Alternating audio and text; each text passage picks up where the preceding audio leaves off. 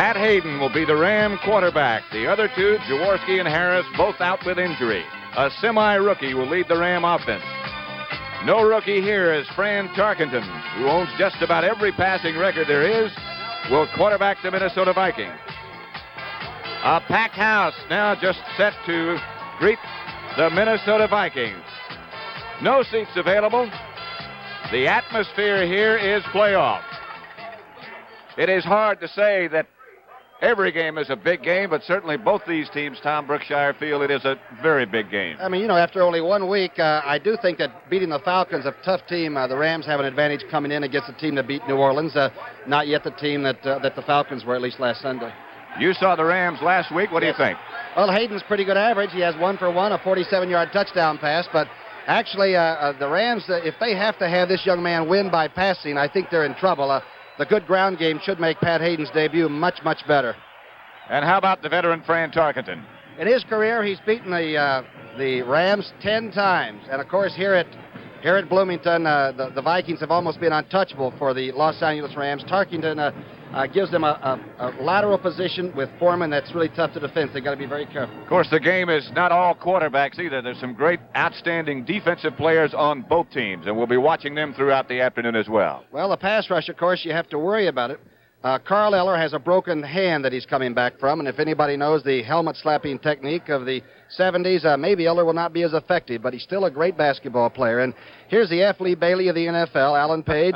Someday he'll be a lawyer. Right now he's one of the great inside rushers in pro football history, a great inside pass rusher. The Rams are not without talent either. It's hard to imagine a defensive end any better than Jack Youngblood. Well, the reason that Jack really and Dreyer, and we're going to see them in just a moment, Youngblood and Dreyer are so effective is that Merlin Olsen and Brooks inside allow the two outside men, Youngblood you see right here, a wild man, and the spiritual leader, Freddie Dreyer, to really cut loose on the pass rush. Okay, let's go down now and pick up the toss of the coin with referee Fred Silva.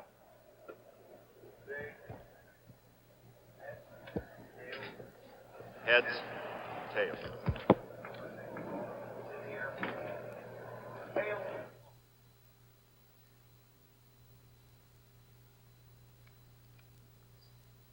Receive, which way? Will you please reverse? Will receive. Los Angeles has won the toss. This is Pat Summerall with Tom Brookshire at the Met in Bloomington, Minnesota. And as I mentioned before, playoff atmosphere is here. Both of these teams won last week. Both of them figure to be tough throughout the season. We'll be ready for the start of today's game in just a moment. Ladies and gentlemen, the colors today are presented by a color guard from the University of Minnesota ROTC wearing Army uniforms. I couldn't hear that. The national anthem today will be sung by... Getting ready for the national anthem now. Colors presented by the color guard from the University of Minnesota ROTC wearing Army uniforms vintage 1820. National anthem today sung by Holly Callan, accompanied by the La Crosse State University Band.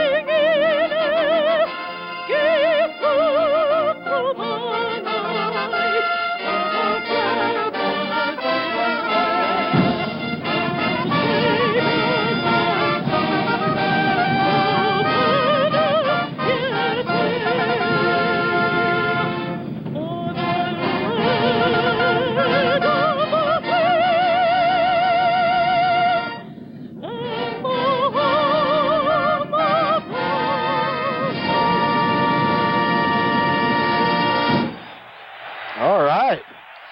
Pretty good effort.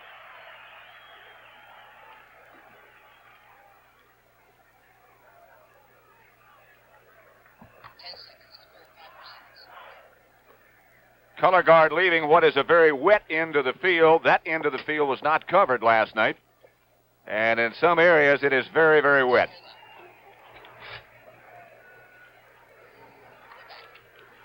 Temperature of 73 degrees, a north wind of 12 miles an hour at the back of Fred Cox, who will kick it off. 20% chance of rain and diminishing. There is head coach Bud Grant of the Minnesota Vikings. Very unemotional gentleman. But they have an easy way after this football game. The Vikings have what I think to be the easiest, easiest division titleist schedule of all of them. I think they have an easy road from here on till Pittsburgh. Dwight Scales and Freeman Johns back deep in a position to handle the kick. And it is going to be Freeman Johns at the 6. Pretty good wedge set up. Johns outside the 35 to the 38 before the Vikings pin him down. Stopped by Robert Miller, number 35. Rookie from SMU, that's Freeman Johns. Again, Fred Cox has been around a long time and is the all-time active scorer, but his kickoffs are pretty short. Let's set that offensive lineup now. You can see Big Doug France at left tackle, Tommy Mack, who's been there for 11 years at left guard, Rich Saul at center, Dennis Harrow, the big second-year right guard, and, of course, John Williams right here from the University of Minnesota at right tackle. And that's the backfield. Pat Hayden from USC is the quarterback, backed by John Capoletti and Lawrence McCutcheon. And Capoletti gets the call and gets about 8 yards. That's what the Rams want to do, though, Pat. They do not want to have to throw. They would like to use Capoletti and McCutcheon much like they did a week ago.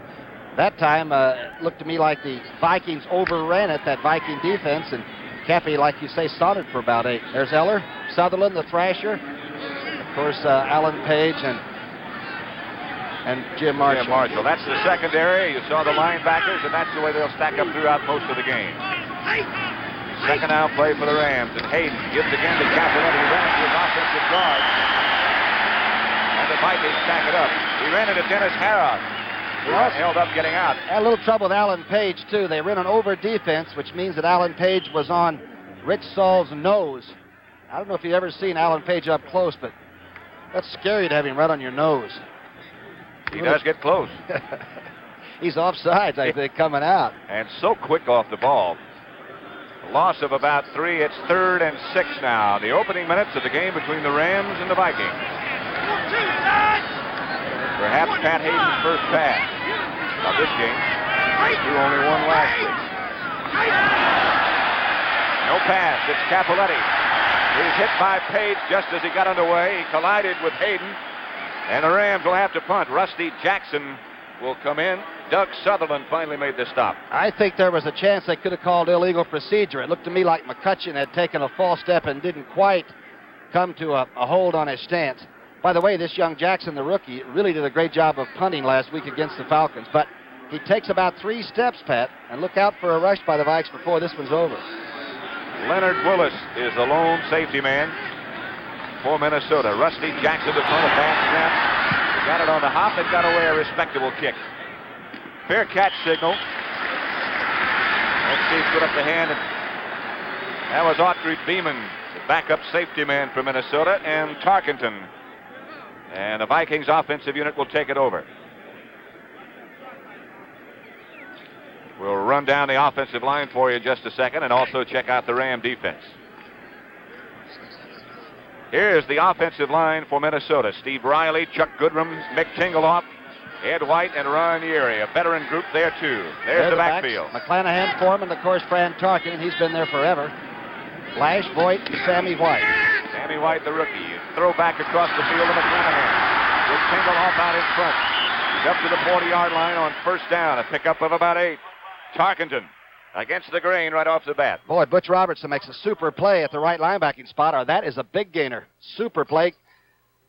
Jack Youngblood, of course, and Dreyer at the ends. Merlin Olsen and Larry Brooks inside. 2 very fine professionals. Reynolds, Hacksaw in the middle with Rick Kay at left. And Butch Robertson, who just made a tackle just in at right. There's the secondary. And a pretty good secondary it is. It's quick.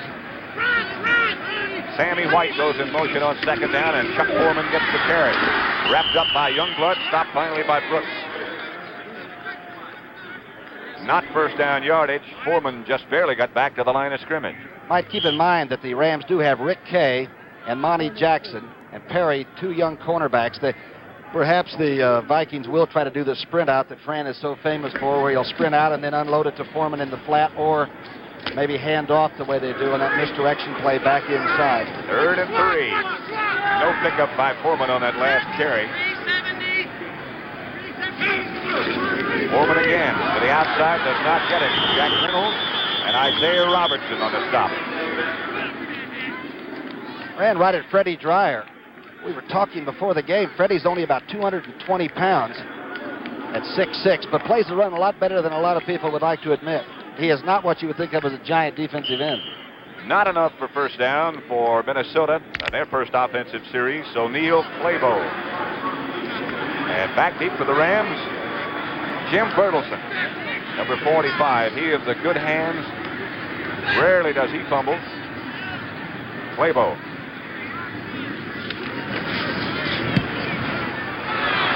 Bertelsen will handle at the 17 and swings to the outside. He had a wall set up that's very slippery on that end of the field, and that's what caused Bertelsen to go down so quickly.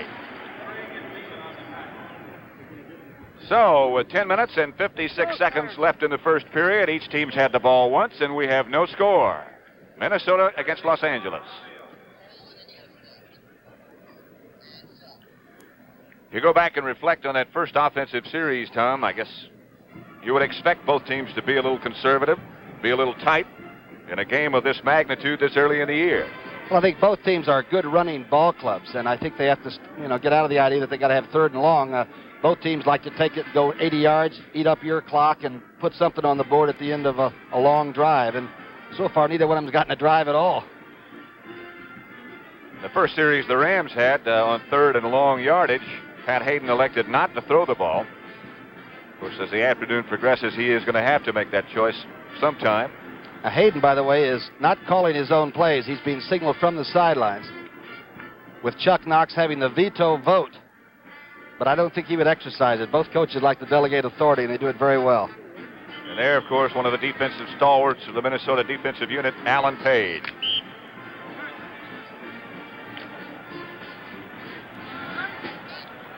Ram first down with the ball on their own 24-yard line. No score as yet. Each team has won one offensive series. Back to Cappelletti again from Hayden. Cappelletti got some good blocking. He looks like a very strong runner. He's a strong runner. He's carrying 222 or 221 pounds, but I like the way he cuts back. Some backs have a natural instinct to find it where it is, and Cappy seems to have that. Good block by Hara. Jeff Wright finally made the tackle, and that's what you don't like to have happen too often, when those safety men have to run into a tank like Cappelletti. 2nd and 3. 199.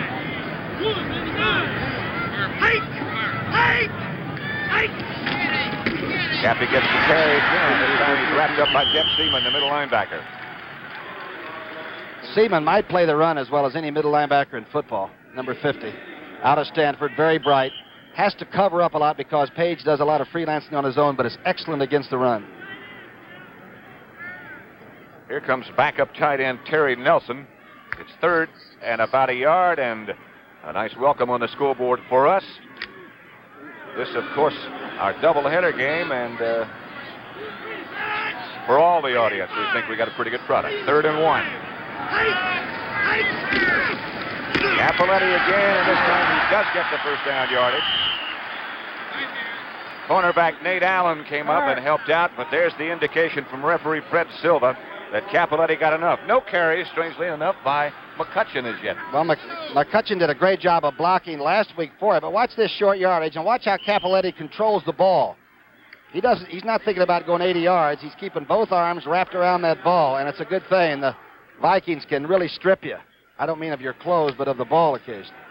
Nate Allen and Jeff Wright made the tackle. It's first down Rams, the ball at their own 35-yard line. I've seen them take some clothes, too, now that I've thought about it. I think you're right. This back to McCutcheon. He breaks one tackle and then slips down. I believe it was Wally Hilgenberg that came back and hit McCutcheon. He's still down. It is Wally Hilgenberg. Now watch the left part of your screen. This is a toss, a straight toss back. Saul's in the center position blocking. Cappelletti has not been able to get into the play, and Hilgenberg was across very early. Actually, McCutcheon just ran on the sides of his shoes where there are no cleats, right? And just simply slipped down. Hilgenberg tried to get up and couldn't. Went back down on his knees again. This telecast is presented by the authority of the National Football League. It's intended for the private use of our audience. Any rebroadcast or other use of this telecast without the express written consent of the Minnesota Vikings and the National Football League is prohibited. Well, there's a great 13-year veteran. You know, he came here from Pittsburgh, actually, after graduating from Iowa, and he has just played the greatest football. In fact, his interception a couple of years ago kept the Rams from winning the championship right in this very stadium. Right. Never forget that game. A playoff game. It'll be second down. About a 5-yard loss on that pitch back to McCutcheon. 2nd and 15 will make it with 8:46 left in the first period. Roy Winston is one of the linebackers now, replacing Hilgenberg. Matt Blair on the other side. And Bertelson is in the backfield for the Rams for the first time in 2 weeks. 2nd and 15, Hayden takes the pass outside, gets back to McCutcheon. McCutcheon cuts back good yardage and breaks 2 or 3 more tackles. At least 13 by McCutcheon on that reverse. One of the great blocking jobs, and if you young people are thinking about it, I want you to watch Jim Bertelson. Watch Bertelson make this block to the top of your screen now. He'll get Carl Eller going out, which he should do because Keller sees it's the reverse around. And just to the left of there, you'll see Bertelson stay with the block. This is called continuing the play. And, of course, McCutcheon is such a super savvy runner, he picked it up and cut back inside. Bertelson got right up in his face and stayed there. That's a heck of an effort. 3rd and 1. Capoletti gets the call again, and he got the first down, almost broken. But an effort by Capoletti. Now, he was trying to get a yard, and like you said, he almost got about 58, didn't he? Once in a while, a short yardage defense has everybody in one line, and if you break that thin line, it's a dash.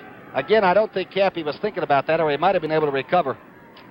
He got about 2 or 3 yards with one hand on the ground completely.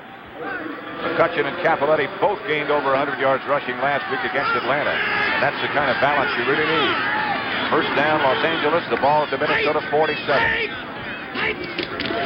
Capoletti again. Workhorse. Faked inside, went back outside, and got first down yardage again.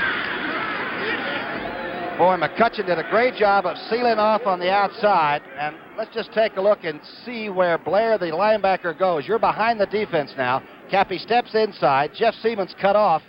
You see by the tight end Klein. Another dip.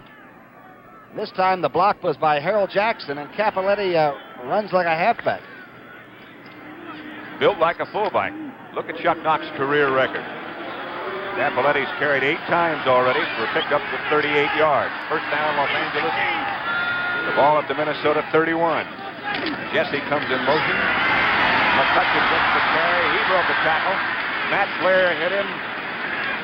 McCutcheon kept his balance and got about 8 or 9 yards. Watch that balance again. He's in absolutely no hurry at all. Watch number 30. Watch the move now. Blair has him, and Blair's a super football player. Look at this.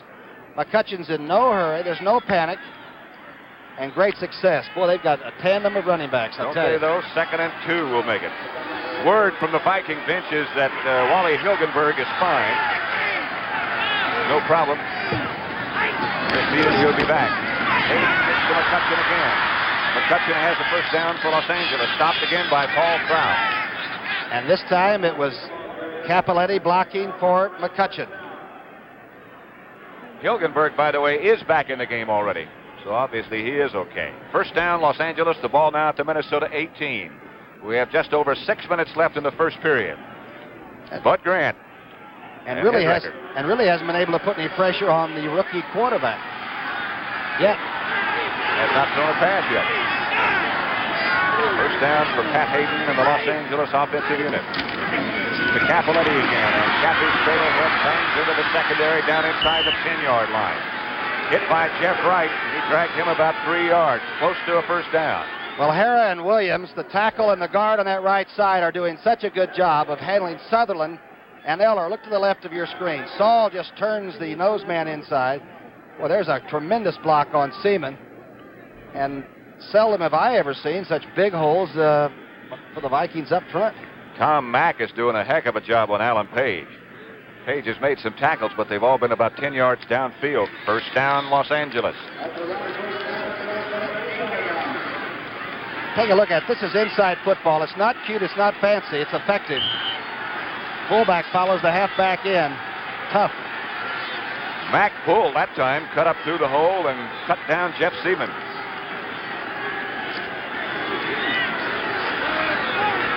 Capoletti now with 48 yards on 9 carries. He and McCutcheon are the running back tandem for the Rams. First and goal at the 8. Capoletti the call again. Nothing doing this time.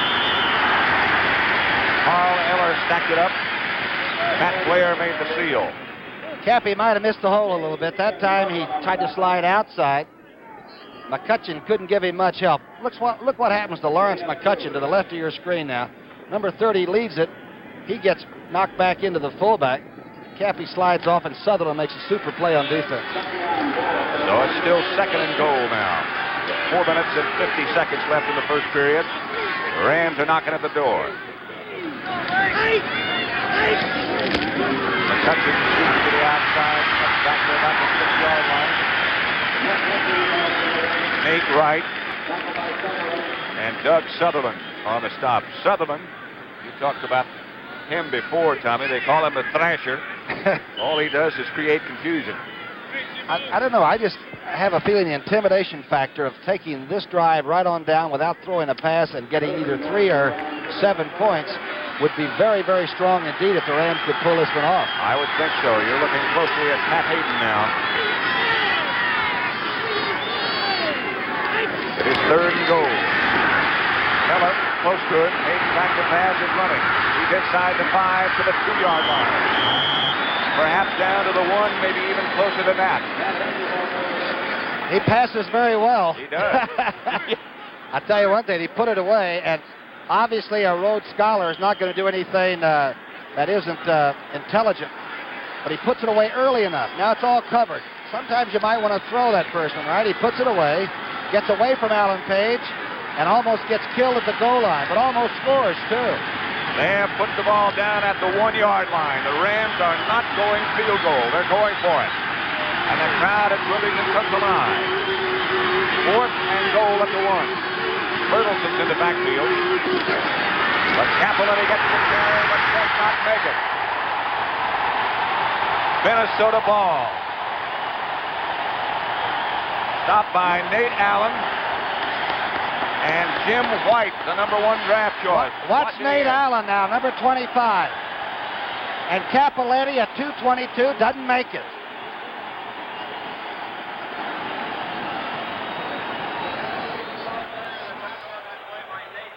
A very impressive-looking drive by the Los Angeles Rams, but they get nothing out of that. And you can only do that so many times. Bud Grant obviously very happy about it. The Rams took the ball 75 yards in 14 plays and got no score. Nate Allen is only 175 pounds, and he pulled Capoletti away from that goal line like he'd been bell pressing about 450. He's been doing a good job playing in place of the regular Bobby Bryant, who has a broken arm. And Bobby Bryant is going to have a tough time getting his job back. Chuck Knox, there's Pat Hayden talking with Kenny Meyer on the sideline right now. We'll watch Kenny Meyer closely. He is actually the man that signals the quarterback with that offensive play the next time they get the ball.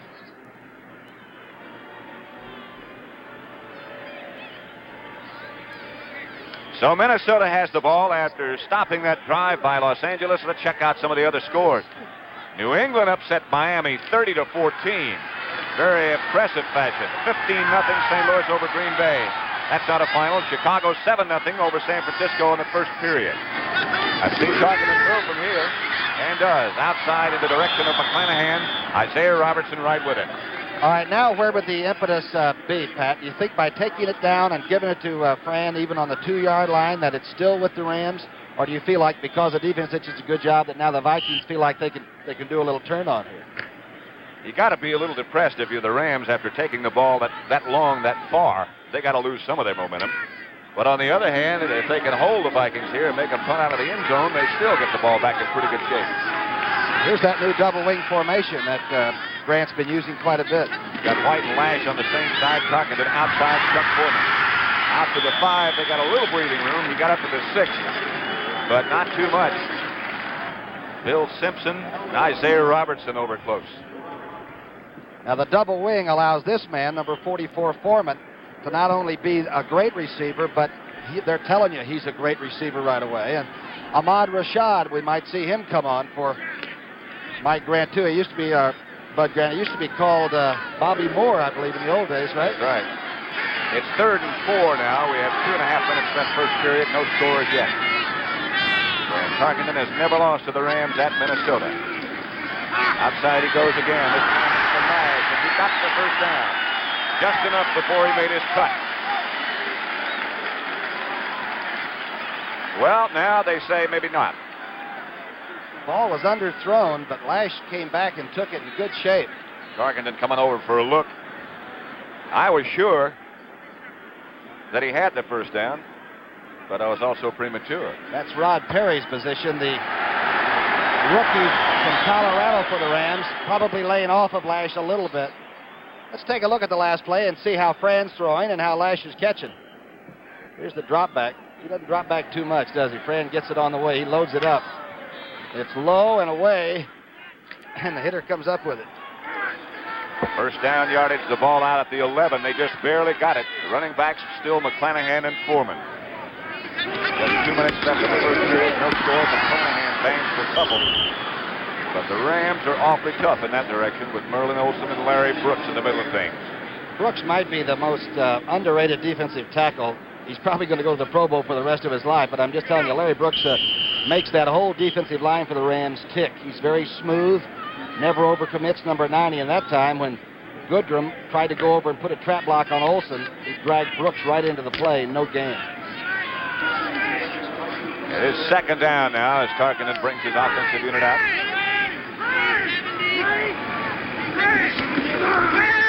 Look, it's Sammy White, a rookie from Grambling, and he's the man that they hope will take the place of John Gilliam. He's been coming on. Oh, he's really fast. He was a great ball carrier at Grambling. He averaged like 8 yards a rush, and he's only 5'11", about 185 pounds, but we saw him beat the Cincinnati Bengals late, and he caught a pass after a Tarkenton scramble last week for another touchdown. You're right, he's quite a player.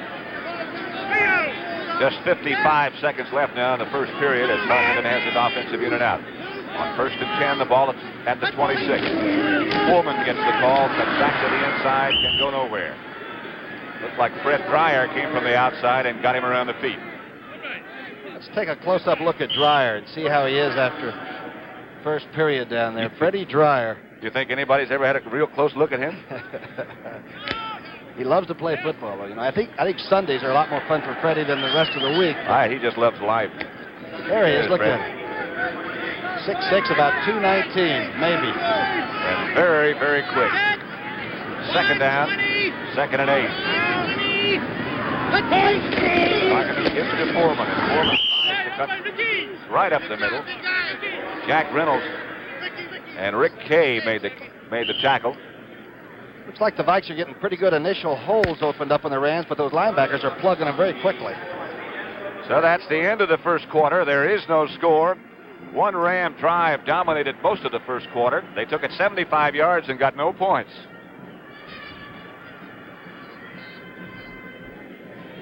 Los Angeles and Minnesota, 2 teams that have dominated their respective divisions in the last few years. The Vikings almost always atop the Central Division, and the Rams for the last 3 after the West, the NFC West, belonged to San Francisco for a while. The Rams the last 3 years since Chuck Knox has been there have been alone at the top. Notice the Rams changed their hotel up here in Bloomington for this game this time, figuring that maybe it was just the water or food or atmosphere or what. They haven't won up here in a while. And Fran, by the way, is tremendously effective against this great defense. 35 touchdowns in the 17 games that he's played against the Los Angeles Rams. As always, a great crowd on hand, a sellout crowd, as you would expect for a game of this magnitude. Not all of them are sitting down.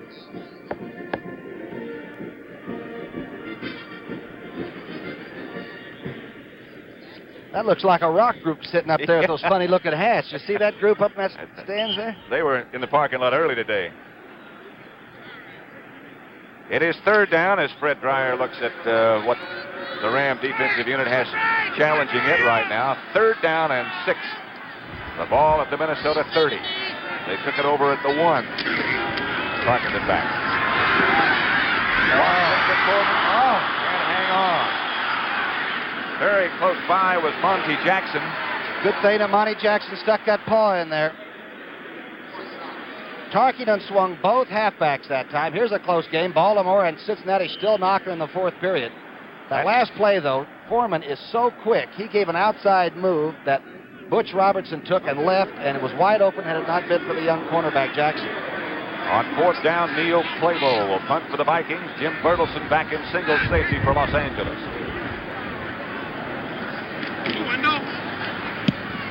Playbowl hung a high one. Bertelsen will field and try to return. He's at the 35. He gets outside. He's at the 40. Close to midfield is Jim Bertelsen, the steady one from Texas. So the Rams will take it over in reasonably good field position, just inside the 50-yard line, where Pat Hayden leads the offensive unit onto the field.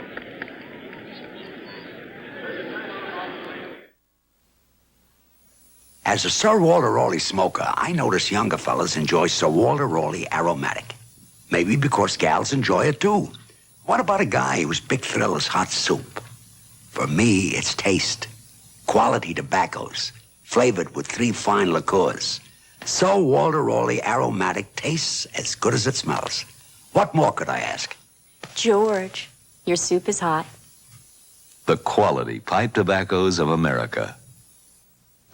Next Saturday at 4:30 p.m., CBS Sports Spectacular will feature the International Superbike Championship in Monterey, California, where an international field of motorcycle stars challenge America's most demanding road course. A filmed report on the American Mount Everest expedition. The $100,000 added Belle Dame from Belmont Park in New York. The Italian Grand Prix and a live pre-fight interview with Muhammad Ali and Ken Norton next Saturday at 4:30 p.m. on the CBS Sports Spectacular.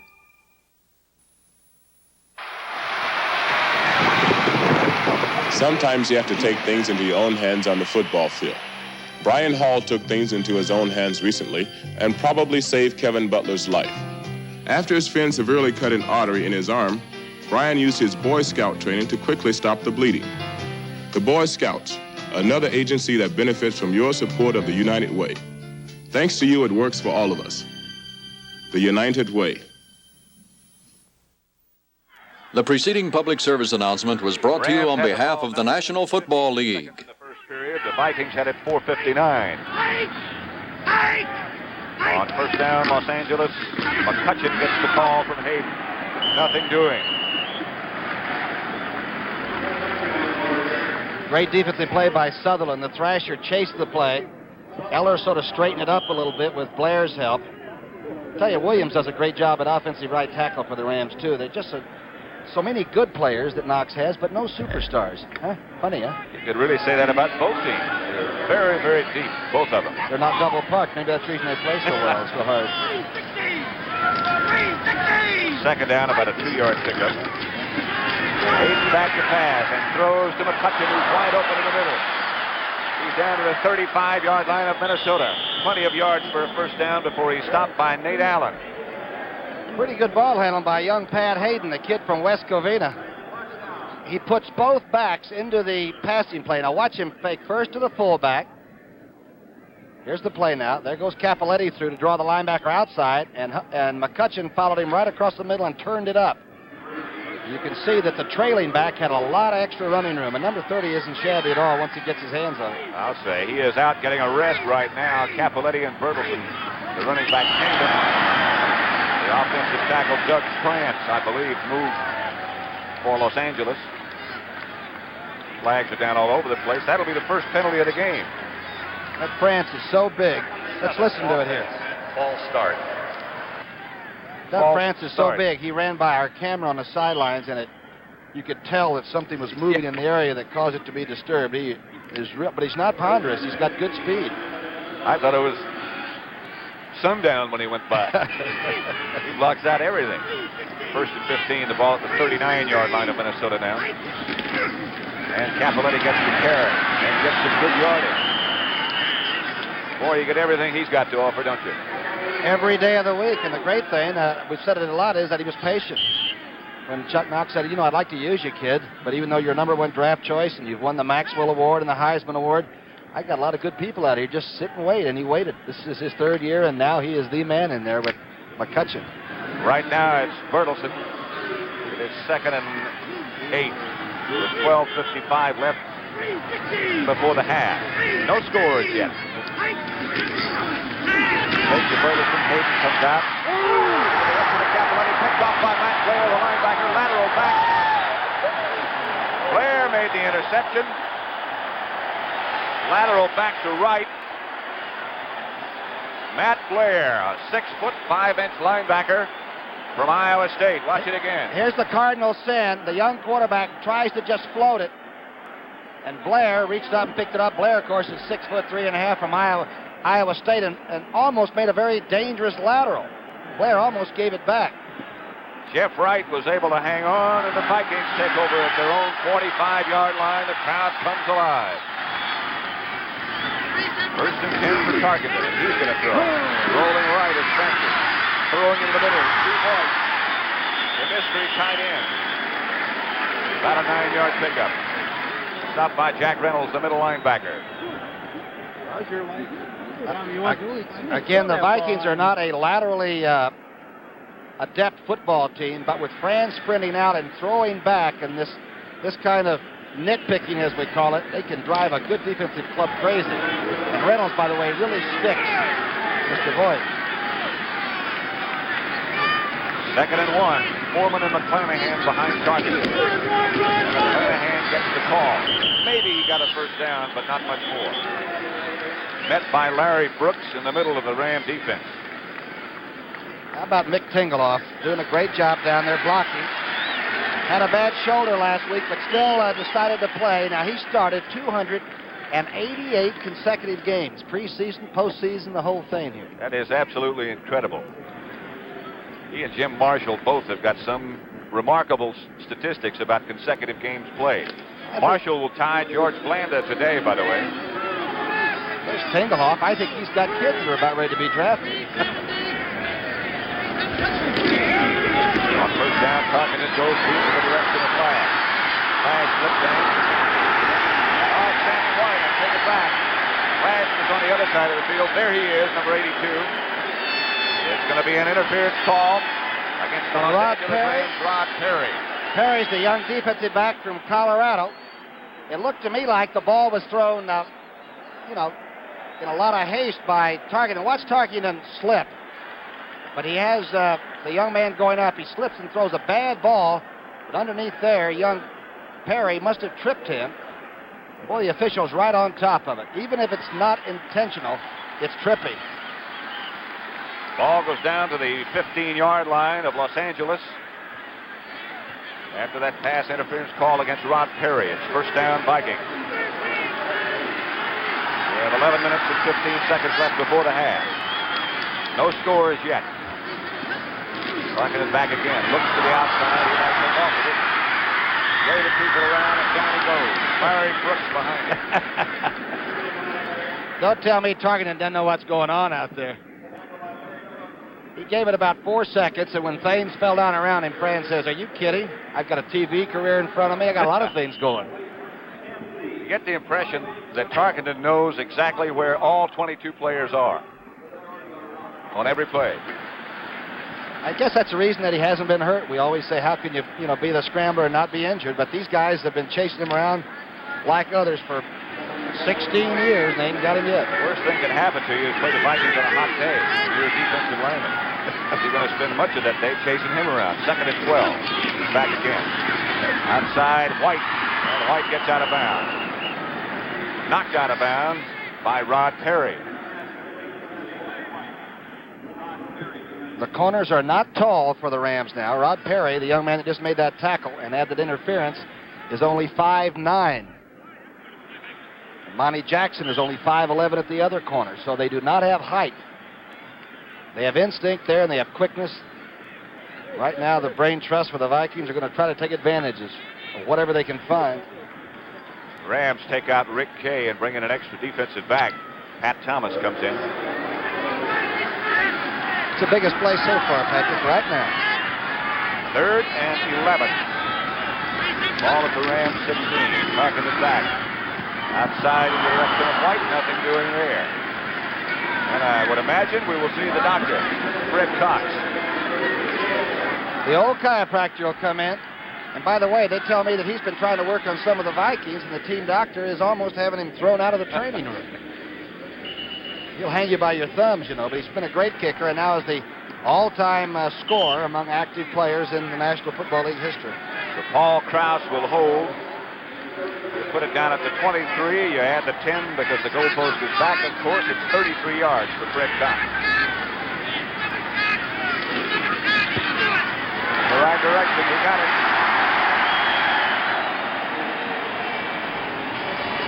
55 yards in 5 plays for the Minnesota Vikings, capped off by a 33-yard field goal by Fred Cox.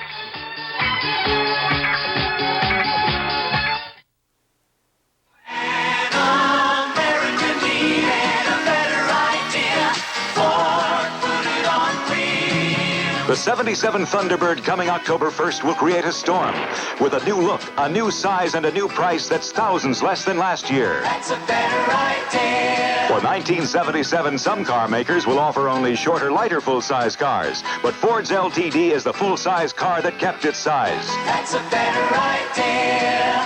But for those who want a trimmer-size family car, Ford's introducing a new LTD2, a sportier, trimmer LTD at a trimmer price. That's a better idea. For 77, Granada comes with overdrive standard. Pinto sports a new look and sporty handling and a new flip-up removable roof option. Test one October 1st. When America needs a better idea, Ford puts it on wheels.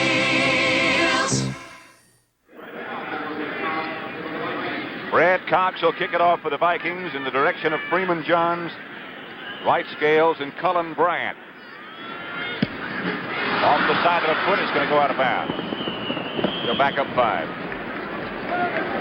Next Saturday at 4:30 p.m., CBS Sports Spectacular will present an exciting show featuring the International Superbike Championship from Laguna Seca Speedway in Monterey, California, where an international field of motorcycle stars challenge America's most demanding road course. Also a film report on the American Mount Everest expedition. The $100,000 ad at Beldame for mares and fillies, 3-year-olds and up, from Belmont Park in New York. And the Italian Grand Prix, where Niki Lauda makes his return to racing. And also a live pre-fight interview with Muhammad Ali and Ken Norton. All coming up next Saturday at 4:30 on the CBS Sports Spectacular. Ali and Norton live. You think they can test a deal like that and try it? That's a full afternoon. Fred Cox goes back to the 30. He is not kicking the ball real deep on these kickoffs, which could give the Rams a decent run back. Freeman Johns moves up, and again it's the Scribber. This is Dwight Scales with the ball finally. Scales struggling, trying to find some running room, gets back to about the 31-yard line. He is stopped by Chuck Eckern, I believe. He's done a heck of a job on special teams for the Rams in 2 weeks. Pat Hayden's got those funny-looking stats. He's now 1 touchdown pass a week ago, 1 attempted pass that he ran down to the 1-foot line, and then 1 interception, right? Dallas and New Orleans in the 4th period. The Cowboys, who rolled last week, are doing it again. Hank Stram, our old buddy, is having a tough time with the New Orleans Saints on 1st down. Hayden gives to Capoletti. Capoletti runs into Eller and Blair. There's nothing doing. Jeff Seaman also helped. The Vikes really seal it off that time. No more dipping to the inside and getting to the outside like the Rams did in that 1st period. Blair and Eller that time just stood their ground and sealed it off. They lead 3-0. Remember now, Ron Jesse and Jackson, the 2 receivers that are now split, are excellent. But Hayden may not want to open up down in his own area. Jackson is right and Jesse is left. Hayden brings it back to Capoletti. Capoletti gets about 6. At 2 years arrest, he had Muhammad Handy. The keep working him like this. Denver 6-3 over the Jets in the first period. Jeff Seaman made that last tackle. We have 9 minutes and 20 seconds left before the half. Minnesota leads 3-0. Third down and almost 5. Will Hayden throw? That is our question. Already in McCutcheon behind him. That's Pat Hayden. McCutcheon looks for a first down. You see him take a look over at the marker just as he's on the way down to see if he had enough. Just depends on the judgment of the official where they mark it. Right now, it doesn't appear that he did get enough. Oh, that was a good tackle and a sure tackle. Not even close enough to measure. McCutcheon still standing there arguing, looking. Nate Allen made a super tackle on number 25. That's 2 of them.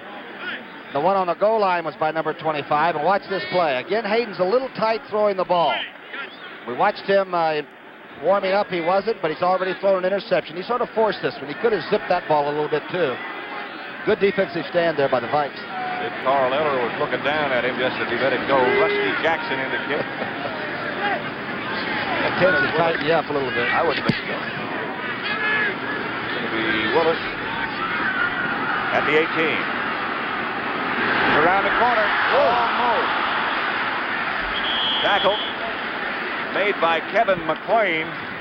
And if he hadn't got the hand, the Vikings had something set up there. With 8:29 left before the half, it is 3-0 Minnesota.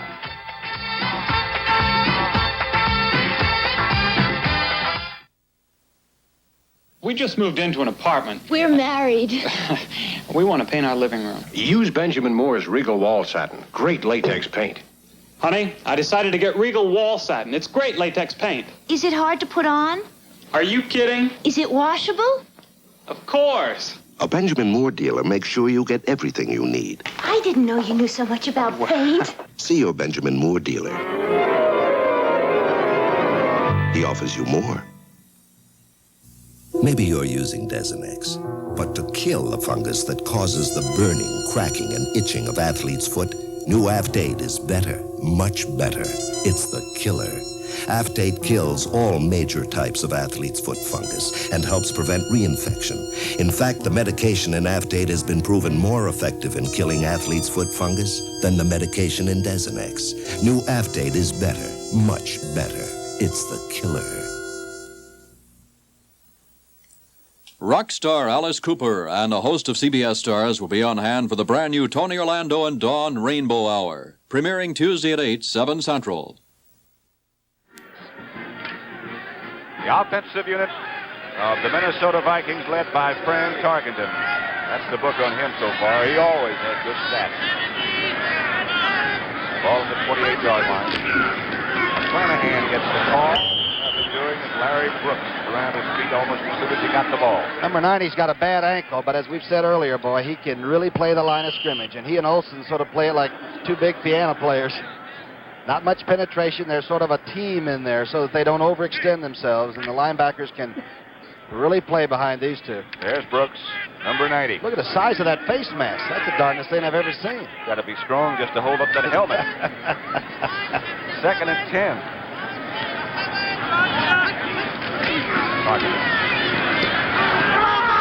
Deep in the direction of Sammy White, and White broke off the pattern. He didn't do what Francis thought he was going to do. Monty Jackson fell down that time, but as any old defensive back will tell you, they don't drop a flag and give you anything when you fall down. That receiver falls down, they take you to jail. To me, like some defensive back has told me that somewhere. That's right. That Summerall with Tom Brookshire. There should be some kind of an old fraternity for guys that have been knocked around playing corner, you know? There is. Where is it? Your corner saloon, right? I do. Are you a member? 3rd and 10 now. Pullman out on the flank by himself, trying to get back to Moynihan. Merlin Olsen penetrated and took him down almost as soon as he got the handoff from Tarkenton. And Flaybo and the punting unit come in. Bertelson goes back deep along with Freeman John. Where did he come from to make that tackle? That's the quickest I've seen Merlin move, and he's only been playing for 15 years, right? Picking up speed. third down efficiency for neither team has been really outstanding. Neil Plebo standing at about the 12.5-yard line. Bertelson and Johns deep for the Rams. Good kick. Going to be Bertelson. Going to be Johns. As soon as he caught the ball, Quinlan Hall was right on top of him. They did a little Alphonse and Gaston over who was going to handle the ball, and they were lucky that they didn't come out of that with a fumble. Quinlan Hall made a great play. 3-0 Vikings. Insulation is cheaper than oil. Look, here's a few $100s worth of pink Owens Corning fiberglass. Add a 6 to 12-inch blanket to an average uninsulated attic, and look what you'll save on heating and cooling in the next 20 years. Depending on where and how you live, anywhere from $1,000 up to $5,000 in oil, gas, or electricity. Get pink Owens Corning fiberglass insulation, the best way to cut energy costs. Insulation is cheaper than oil. When America needed a better idea, Ford put it on wheels. October 1st, Ford Pinto kicks up its heels with sporty new styling front and back, a sporty suspension for nimble handling, and new exciting options like rally instruments and a flip-up removable roof. Test one October 1st. When America needs a better idea, Ford puts it on wheels. The Rams out of the offensive huddle. The ball at their own 30-yard line. The Vikings lead it 3-0 with 7 minutes and 3 seconds left before the half. Pat Hayden, still the Ram quarterback. In the sweeper. Got good yardage before the pursuit cut him off. Matt Blair came out. Klein is such a super blocker, number 80, the big tight end. Maybe the best blocker of all the tight ends. It's open, of course, for debate with Charlie Young and people like that around. But number 80 that time got the initial block on the outside. And that time they got Williams around the corner and Harrah around the corner. And, of course, they got the ball carrier around the corner. And got 8 yards with that ball carrier. So it's 2nd and 2.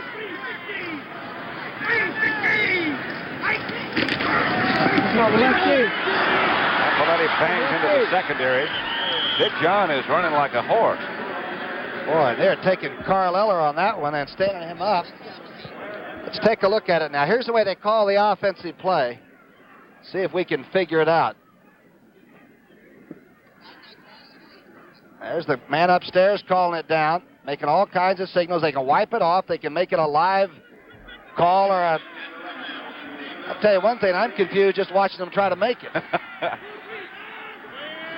Whatever it worked, it's a first down for Los Angeles. The ball inside Minnesota territory now at the 48. Hayden, McCutcheon. McCutcheon tried to cut back, slipped down. Finally stopped by Nate Wright. It's been so long since they had any rain up in this part of the country. They didn't cover the end of the field on which they're playing right now. They covered the infield, the baseball infield. So down in here, it's very wet and very slippery. In some spots, water is standing. Harold Jackson, by the way, is used as a decoy a lot. The speed, he ran the up that time and into the post and allowed McCutcheon to find a lot of room to catch that one. Rams have 100 yards rushing. Minnesota has just 9. Cappelletti struggling. Met by Jeff Seaman and Alan Page. That's the way they get the message to Pat Hayden. From the man up in the booth upstairs to the coach on the sideline, and then Kenny Meyer, the coach, signals out to Pat Hayden. They do the same thing on defense. Through Tommy Catlin upstairs down to Malavasi on the sidelines. 2nd and 9 now. 4:40 left before halftime.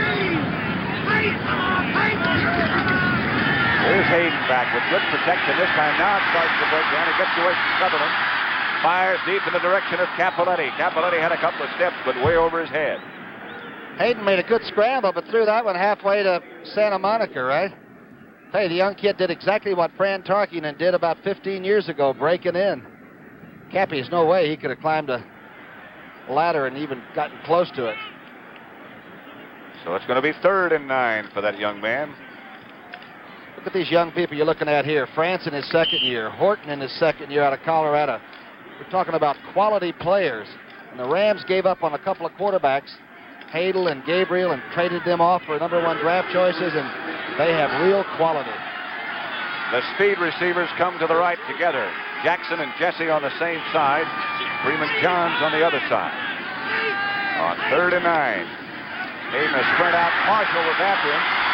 He's going to try to run for that first down, and no way. He got about to the 30. There's Hayden. Those of you watching the Dallas-New Orleans game, welcome to Minnesota. And a game between the Rams and the Vikings. That's the final score now. Dallas 24, New Orleans 6. The Cowboys have given up just 13 points in 2 weeks.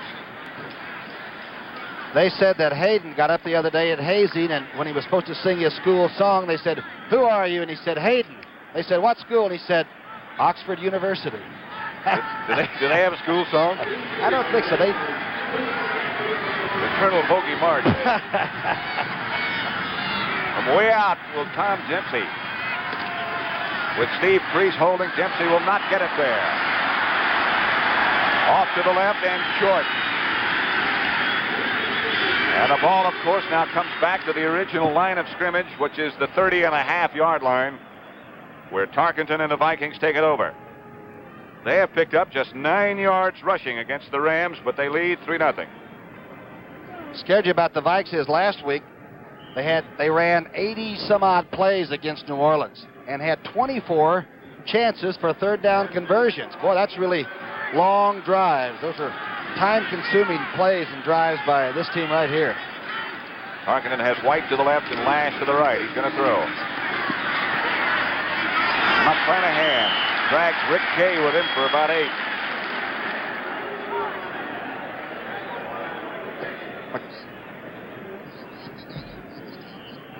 Now let's take a look at the offensive right side now. Yari, number 73, against Youngblood. Trying to keep him inside, and does. And then hangs on a little bit, and down goes Youngblood. Of course, Youngblood does talk to the other quarterback a lot. Some of the things he says we do not want to pick up. 3 minutes left on 2nd down. 3 minutes before the half. Minnesota leads 3-0. Chuck Foreman tries to get to the outside. Substitute. Foreman got about 6, and more than enough for a first down before Rick Kay, the linebacker, made the stop. Good recovery by Kay, but a real good block on him by McClanahan. And this could be the most dangerous, the most versatile all-around back this side of O.J. Simpson. I think Foreman can do about as much as anybody. Stick around at halftime. We'll bring you up to date on all the scores as we switch back to Brent Musburger, Herb Cross, and Phyllis George. And we'll have a very, very exciting interview with one of the biggest guys you ever saw. Ben Davidson's in the booth with us, and the booth is tilted in that direction. That is Ahmad Rashad. His first reception as a Viking. This guy's about 205 pounds, Pat. I never thought he ran the inside patterns very well as Bobby Moore, but they tell me he's going to maybe be the one that's going to be the other receiver opposite Sammy White with the Viking team. He is a talented person. 2-minute warning being issued to both benches now, which here are on the same side of the field, the only place that happens. Tarkenton goes over.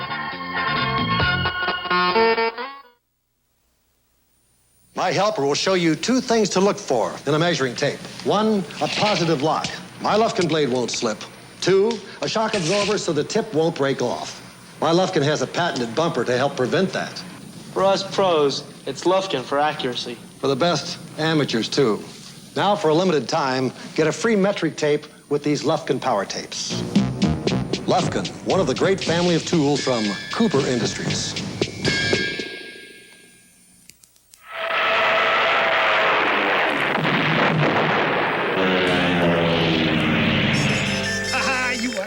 You are beautiful.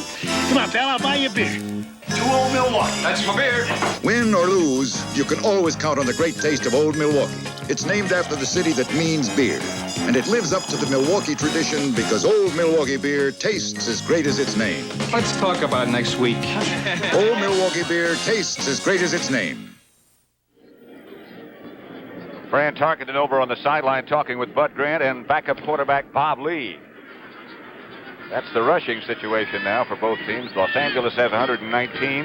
Minnesota has just 10. But Fran has 8 for 12 for 54 yards. It looks to me like he's going to start flooding all the zones with receivers. He sends Rashad to the right side, and Sammy White comes left.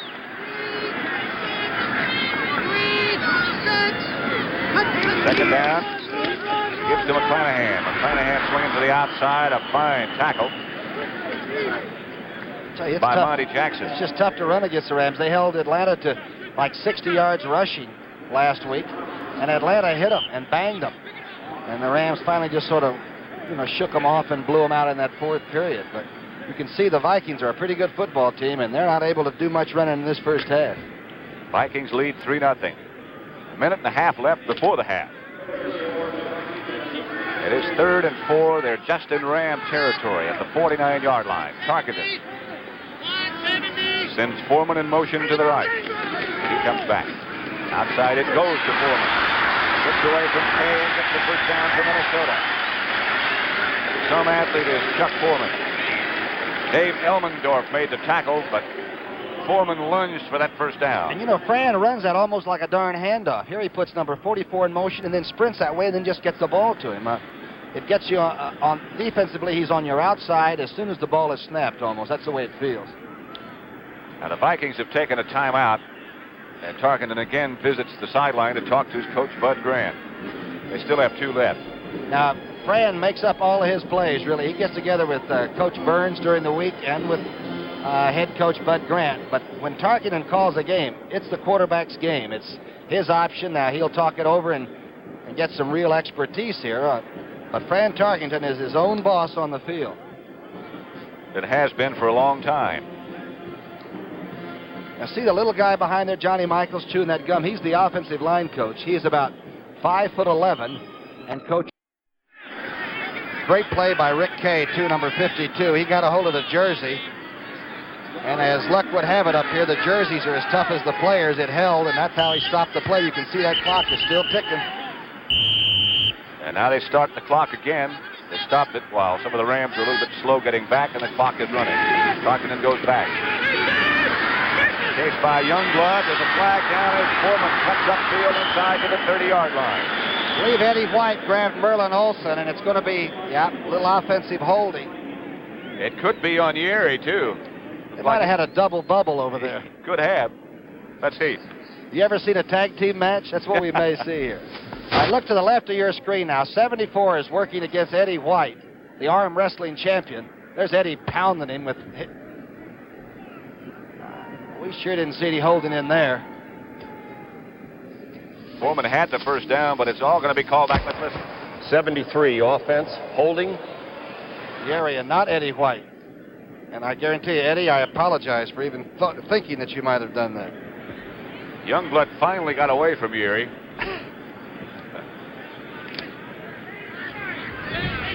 Half a minute remaining in the second half. The Vikings lead 3-0. White in motion. Outside it goes to White. Youngblood had a hand on it, throwed him up, and Olsen and the rest of the defensive unit pursued. They finish a play as well as any team I've ever seen. By that I mean they keep chasing the ball. The whole defensive team does.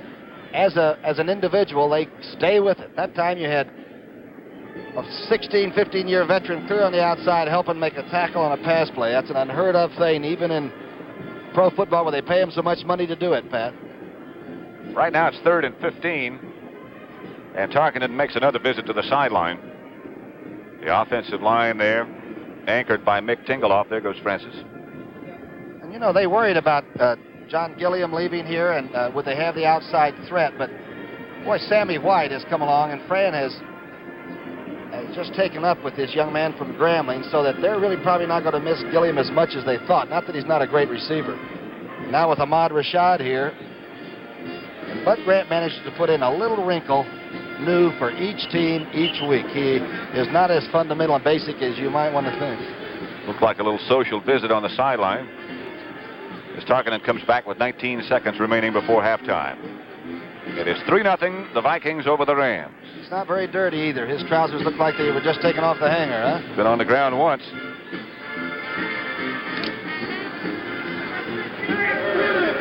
So it'll be 3rd and 15 with the ball at the 47-yard line of the Rams. The Rams defensive backs very deep. Tarkenton looks one direction and goes the other. Now he's going to throw deep. Fires in the direction of Sammy White. One of the Rams just got a hand in there at the last second. Rick Kay and Simpson were close by. It was intended for White. And they have 11 seconds left now. Boy, Simpson just ran right through number 85. Simpson, of course, out of Michigan State a couple of years ago. He and Elmendorf might be as two good knocking the safety men as there are around. Minnesota sends in Neil Clabo on 4th down now. The Rams don't really believe it. They have not put back a safety man yet. Strange looking defense they've got lined up in, you're right. Clabo standing at about his 38-yard line. Good snap. With no safety man back there, it's just going to bounce and roll and into the end zone. So they'll bring it back out to the 20 with just 2 seconds left. And that's going to be it. Clock runs out. That's the end of the first half. The score at Packed House in Bloomington, Minnesota is the Minnesota Vikings 3, the Los Angeles Rams nothing. And so far, it's been a very conservative first half, just exactly what we expected from Los Angeles. And the Rams head for their locker room. Coming up at the halftime, a complete rundown of all the scores around the league and an interview with Big Ben Davidson, one of the stars of the new series on CBS, Ball 4. Ben looks like he's full grown, wouldn't you say? He looks like he can make it. She gives the indication that he's ready to kick to Leonard Willis and Sammy White. Look out for Willis. He's the 9'3" sprinter from Woody Hayes School at Ohio State. That's White, though. This is Sammy White. Rams special teams do a good job. Carl Eckern is the first man down. This is Pat Summerall at Bloomington, Minnesota with Tom Brookshire. The Vikings lead it 3-0. Pat, I think you have to go in at halftime if you're a Ram person and say, hey, wait a minute, we didn't get any points down there. We may have to win this one with defense. And, conversely speaking, I think that Fran decided we're not going to run a lot today anyway, so let's move our receivers out, get Foreman into it as often as we can, and see if we can get some more points now. Ball's on the 28-yard line. It's first down, Minnesota. Tarkenton fakes, goes outside to Foreman. Here comes Isaiah Robertson with a great play. Butch has speed, doesn't he? Robertson, number 58. Saw him take an interception one day on AstroTurf and went 79 yards with it against the Eagles, and he really looked like a halfback. I'm talking about on defense. That's number 58 right there. Like he and Foreman had a little conversation after he made that tackle. Out of the game goes Rick Kay, and into the game for the Rams comes an extra defensive back, Pat Thomas. So it's going to be 2nd and 13. The ball at the 25-yard line of Minnesota. Just a little bit outside of that as you get a good close-up look at Francis Tarkenton. Sprint out to the right. Outside it goes to White. Nothing doing. Rod Perry right with him. That Ram defensive unit has been most impressive. All right, and again now Fran has tried to get it to Foreman the first time, and then he used him as the decoy that time. Minnesota looks like if 44 isn't integrally involved in every play, they don't feel like they can really move it. Somehow he's in the operation all the time, and that's the reason he thinks he's worth so much money. 3rd and 12, and I think he is too.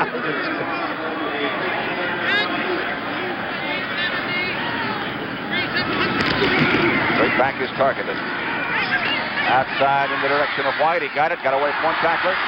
Got the first down. Broke another one. And Sammy White is out to the 50-yard line. And Perry and Simpson both missed Sammy White. Here he is, number 85. Ask the Bengals about him. He beat them in a preseason game up here, and they thought the play was over. It's Perry, just a short out, Pat. Watch this.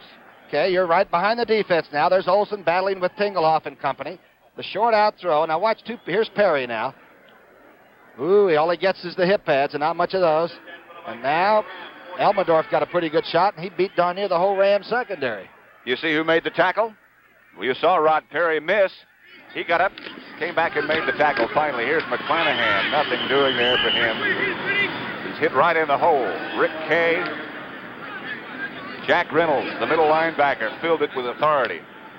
Well, Tommy Catlin, the linebacking coach, has told me that Jack Reynolds has never missed one of their defensive signals. Now, he'll miss a tackle occasionally, and he might run into one of his own players and knock him down, but he is hitting somebody on a Sunday afternoon somewhere. I thought he was going to hurt himself in the warm-up. He almost missed the introduction, too. Did you see that? Second down, Tarkenton back. 2nd and 9 it is. Rams has got plenty of time. He's over the line of scrimmage. He's over the line of scrimmage. He's over the line of scrimmage. That'll be an illegal forward pass. It'll cost you the down and the play. But there's another flag downfield. Monty Jackson, I think, hit Sammy White in the back before the ball got there. And that's not legal, right? Not anymore. In the eyes of some. With the extra referee and the officials downfield, it's no longer kosher. You're right about that. Anyway, the discussion goes on still with Tarkenton now. The referee is Fred Silva, by the way. The umpire is Ralph Moorcroft. Head linesman George Murphy. Line judge Bob Bauer. The back judge is Dave Perry. And the field judge is Jimmy Cole. If he walked off against Tarkenton, he was over the line of scrimmage. It is rare that you see him do that. It's true. He tries to get away with it a lot. Let's hear the call. Loss of down. Illegal pass. 3rd down. And maybe somebody just dropped their flag by accident downfield while they were walking, or wanted to do something. Once he got across the line of scrimmage, I think everything else was just completely out of the picture. So it's 3rd down. Loss of down, as indicated by Fred Silva. Scoreboard still got it 2nd down, but it's 3rd. Tarkenton back again. Youngblood with some pressure. Flag is down. Yeri was holding Youngblood again, I'm sure. Number 73, one of the great offensive tackles, and it is such a fine line between holding and doing your job that the official that calls it, it's just become so flagrant he's got to call it. That's the only thing we can say. Youngblood just keeps pouring in.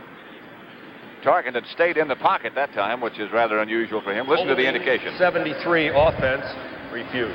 It is refused. It was against Yeri. It is now 4th down. Like to welcome those of you who watched that contest between the Cardinals and Green Bay. St. Louis shut them out 29-0. Here the score is 3-0 Minnesota. In the event you did join us late,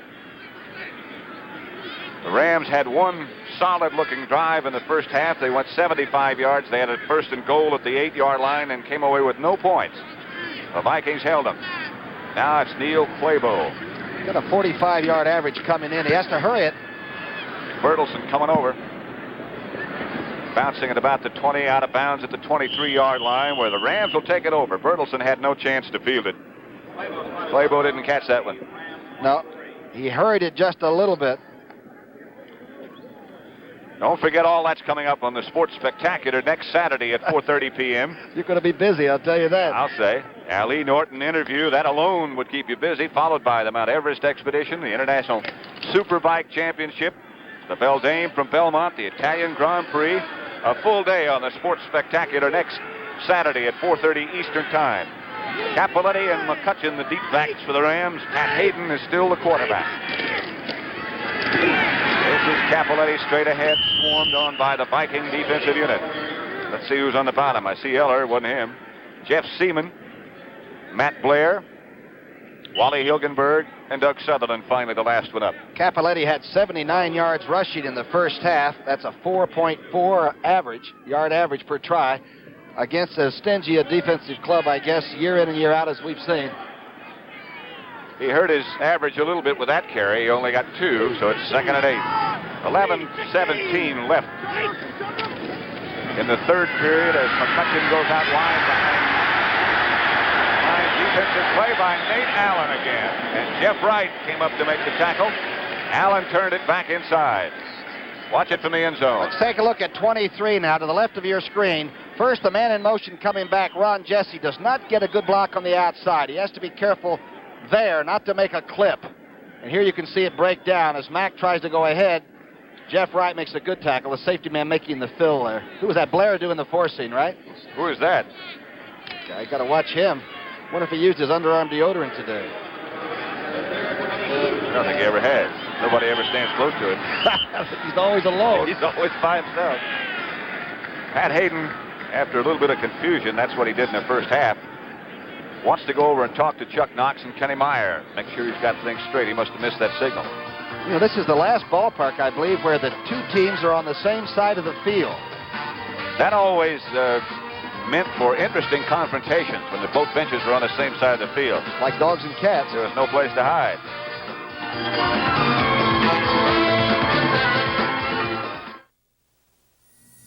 Hey, if you really love coffee, you got to see this. It's a brand new Norelco Dial Brew coffee maker, and it's got a brand new look. Isn't it a beauty? And the exclusive Norelco Dial Brew lets you dial coffee to exactly the taste you like.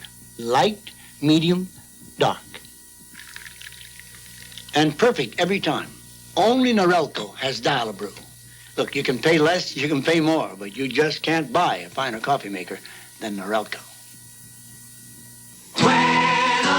America needed a better idea. Ford put it on wheels. October 1st, Ford Pinto kicks up its heels with sporty new styling front and back, a sporty suspension for nimble handling, and new exciting options like rally instruments and a flip-up removable roof. Test one October 1st. When America needs a better idea, Ford puts it on wheels. 86 football players on the same side of the field. The Ram offensive unit operating now with Pat Hayden as the quarterback. They're all up the ball at their own 22-yard line. John Williams, the offensive tackle on the right side, missed the count. I believe the man from USC is having a little poise trouble right now. The young quarterback, he just had to call timeout, and now he may have called the audible cadence wrong, because Williams has been there a while, and I'm sure he won't hold it against the young quarterback, but a little bit of nerves showing right now. A 3-0 game. Ball goes back to the 17, make it 3rd and 16 now. We're in the third period with 10.5 minutes left. Vikings lead at 3-0. Typical NFC Central Division Minnesota hosted game. Here's the reverse again of McCutcheon. Hara out in front. McCutcheon chased down by Marshall and Jeff Wright. It's going to be 4th down now, and Rusty Jackson comes in to punt for the Los Angeles Rams. Jeff Wright made a tremendous play again, the safety man, who is really all over the field for Had a heck Bud of a day, hadn't he? Yeah, he has. Leonard Willis is deep for Minnesota. He's the man they like to have handle the punts. And look out for him, as Tom Brookshire has been telling you. He is dangerous. Rusty Jackson hangs a high one. Willis goes up with a hand for a fair catch and does it. At the 32-yard line, Minnesota will take over. Neither team able to generate too much on offense. As the scoreboard would indicate, the Minnesota Vikings 3, the Los Angeles Rams nothing. Both going in are undefeated.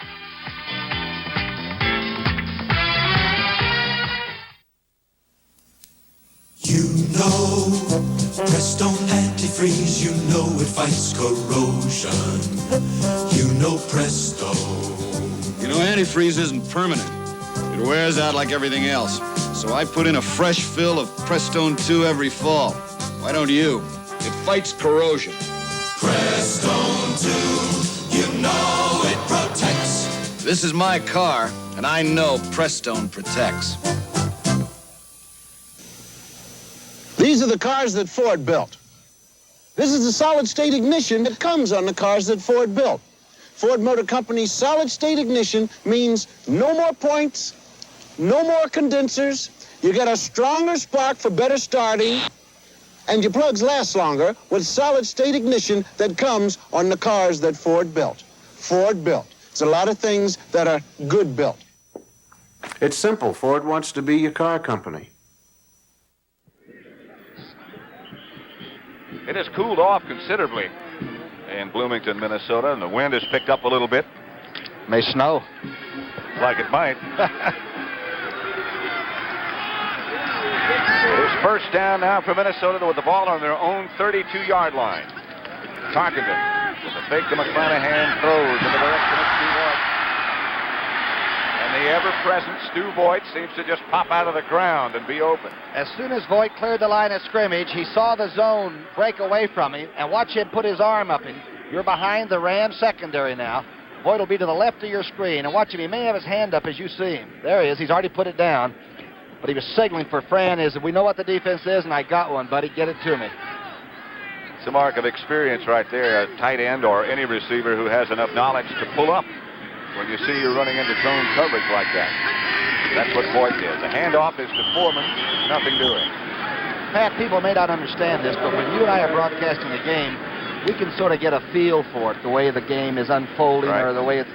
And the teams are having the same problem that you and I are, and I imagine the viewer feels it too, that there are missed plays and then there's some great plays, and there's no continuous feeling to it right now, like they've got it going. You know what I mean? Nobody has been able to get too much going outside of that one drive that the Rams had. It is 2nd and 8.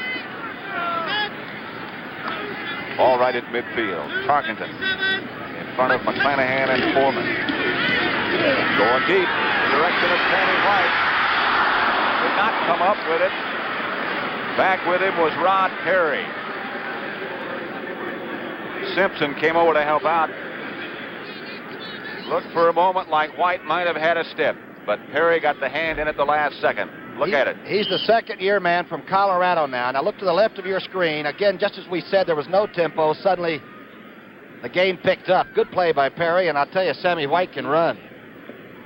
Rick Kay goes out, and Pat Thomas comes in as the Rams load up their defensive backfield with an extra one. It's 3rd and 8. Ball still at midfield. 8:29 left, third period. Minnesota 3. Los Angeles nothing. Foreman comes in motion to the left. McClanahan's got it and got up ahead of steam. He's got first down. He's inside the 30. Down to close to the 30-yard line. Past the 35. 15-yard pickup as Jack Reynolds took him out. Watch again. Defensive players should take up a collection and get Tarkenton out of this game. Watch this.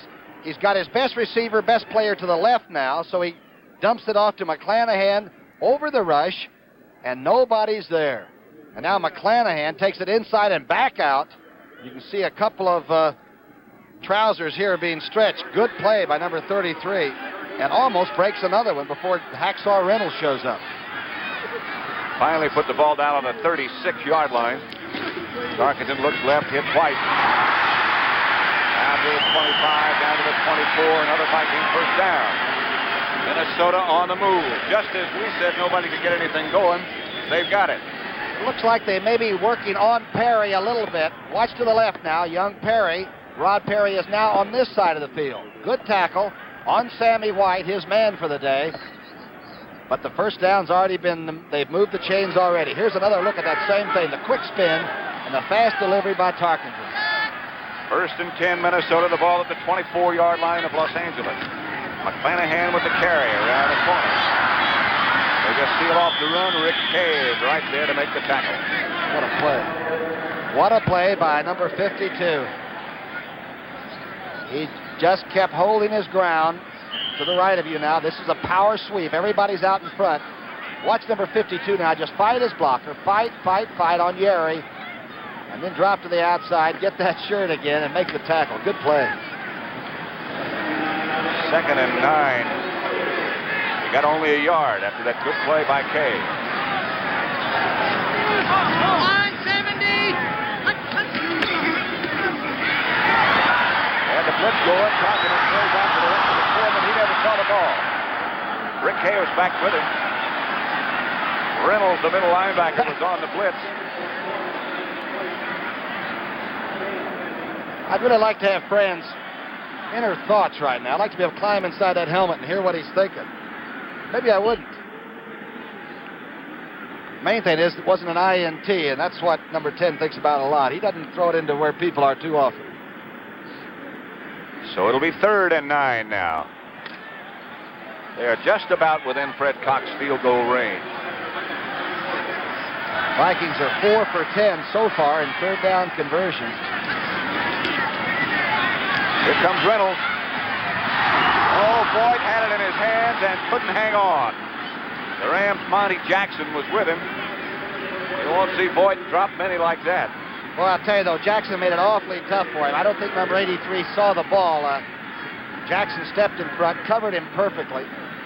I'd have to say Monty Jackson's about the best-looking young defensive back I've seen in this league in a couple of years. He's a good one. He is a superb athlete. Bud Grant at his communications center. Here's Fred Cox. Krause will hold at the 31. That'll make it a 41-yard field goal. Cox has already hit one from 33.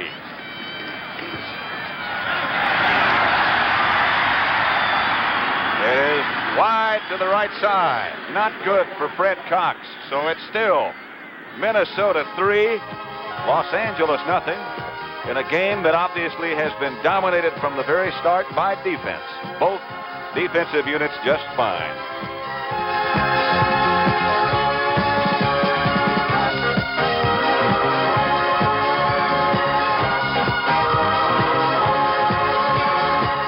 It's going to be about 3 touchdowns. You know it? We were just talking up here as we were meandering about the possibility there could be a big fourth quarter scoring splurge, and I have a feeling both teams are finally going to say, to heck with all our procedures and all our IBM readouts, let's go get some points. I think they'll both open up, Pat. I think Tarkenton has just about realized that he's not going to get it done running against the Ram defensive unit in any way. If it's going to be done, then it's got to be done by passing. His pass protection has been reasonably good. Of course, it always is when he's the quarterback, because he runs around so much. Pat Hayden still is leading the Ram offense, and he's been a little bit cautious, as you would expect in his first start. Remember, they're signaling him the plays from the sidelines. Bennett upstairs, down to the sidelines, and out to him, so all he's got to do is execute, but against a great defense. Ron, Jesse wide to the right. Jackson left. Neither of them has caught a pass. McCutcheon found some room in the middle. Marshall and Seaman finally took him down. Think about Marshall. This is consecutive game number 224 for him, which ties him with George Blanda. I'm not taking anything away from George, but George was doing a lot of kicking in some of those years. Marshall's been teeing it up as a starter. Isn't that amazing? Yeah. That is amazing. And still playing well. George had a lot of mental anguish. 2nd and 5. Jesse comes in motion. Hayden gives to McCutcheon again. Bounce. Rattle for about 5. Alan Page finally made the tackle. First down, Los Angeles. Take a look how big that offensive line is for the Rams.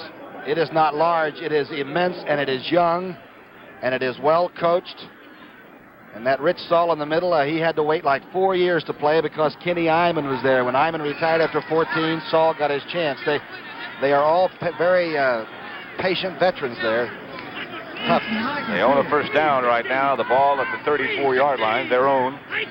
Hayden goes back to pass on first down. Flag is down as Jesse is out there. Jesse's out of bounds. Nate Wright was back with him. Jesse was out of bounds, but a flag is down back in the area where you would suspect it might be holding. Little holding, I believe, on Sutherland or Marshall. Both are acting like they've been held. But I'll tell you one thing, Hayden can throw it. He airmailed that thing about 65 yards. We also have a flag down here around the 30-yard line, down here this end of the field. Here comes Fred Silva down to check on things. That was meant for Ron Jesse and caught, by the way, but just out of bounds. Offsetting. It's going to be holding on offense, it appears, and perhaps a little agitation downfield as Jesse drifts on out of bounds, being pursued. But I'll tell you, Hayden really threw a beautiful spiral and a very strong throw. We have holding, offense, pass interference, defense, offset. So the penalties offset each other, as indicated by Fred Silva. Tom Brookshire was talking about that offensive line a minute ago of the Los Angeles Rams. It's France and John Williams at the tackles. Tom Mack and Dennis Harrah are the guards. Rich Saul is the offensive center. We'll try to get a shot of Rich Saul if we can in just a minute here and show you what happens around the offensive center spot. 3-16! First and 10. Hayden gives back to McCutcheon. McCutcheon cuts back against the grain. Pursued by Blair, tackled by Seaman. Well, and Seaman Page. almost made him cough that ball up, too. McCutcheon wisely put it away as he headed down.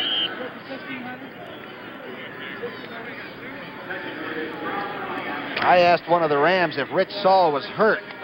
He said, how could he be? He said he has every known protective device that you can have as a player, and they call him General Hospital. The wind is picked up now, so it's blowing from the north behind the Rams back at about 25 miles an hour. Capoletti bounced up close to first down yardage, didn't quite get it. Stopped by Jeff Wright. I see a little bit of intensity down there. I saw Doug France and Hara both arguing with some of the defensive players, Eller and them, and there may be some hard feelings forming down the line of scrimmage, and I certainly hope so. I think one of these teams ought to come out now and begin to lay it on somebody. Terry Nelson just checked in and whispered something to Hayden. What Chuck Knox once done on third and very short yardage. 4 minutes and 25 seconds left, third period. It's 3-0 Minnesota still. Hayden's going to throw, and does. Outside Jesse. First pass reception all day by a Ram wide receiver. Nate Wright on the tackle. Ball was right on the money, and again it's thrown on third and short.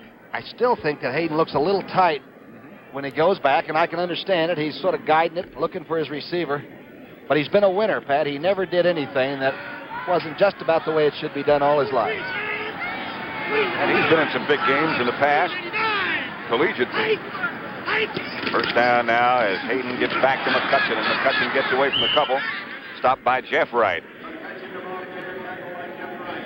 Boy, Mack and Hara and Rich Saul in the middle did a tremendous job that time of splitting Sutherland and Alan Page and jamming it, as they say in this league, right down your throat. Jeff Wright has to check out. He's made a lot of tackles today, and Autry Beeman comes in. 2nd and 3. Ball at the Minnesota 46. Down to just over 3 minutes left, third period. McCutcheon gets the call. Play that looks sort of slow developing.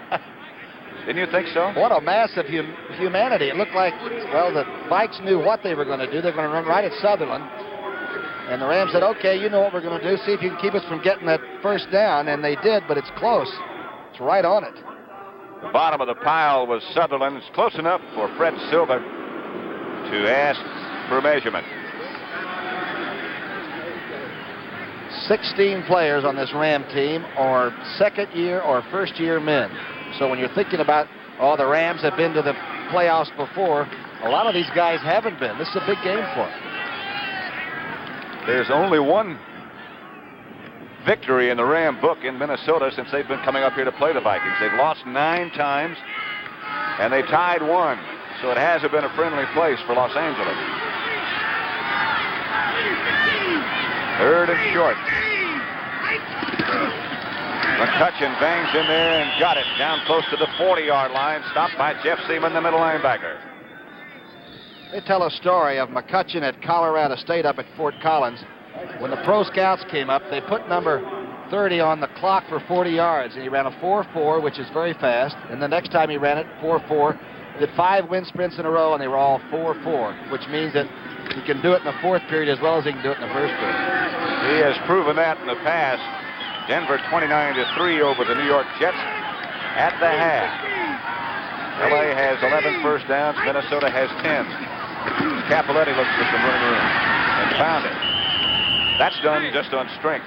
About a 5-yard pickup for Capoletti. I think Paterno might have been able to use him against Ohio State yesterday, right? Anybody would be able to use him. You're behind the defense now. No Sutherland's trying to work out to the outside on defense. There's Blair out there for help, but Capoletti did just slide in between those 2 big buildings for the yardage. The Bears, the surprising Chicago Bears, lead San Francisco 19-5. Capoletti's picked up 91 yards so far.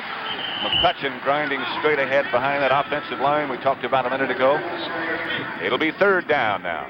McCutcheon is right at 70 yards, and as you said, Capoletti at 91, but there are no points on the board, and they still pay off not in penetrations, but in points.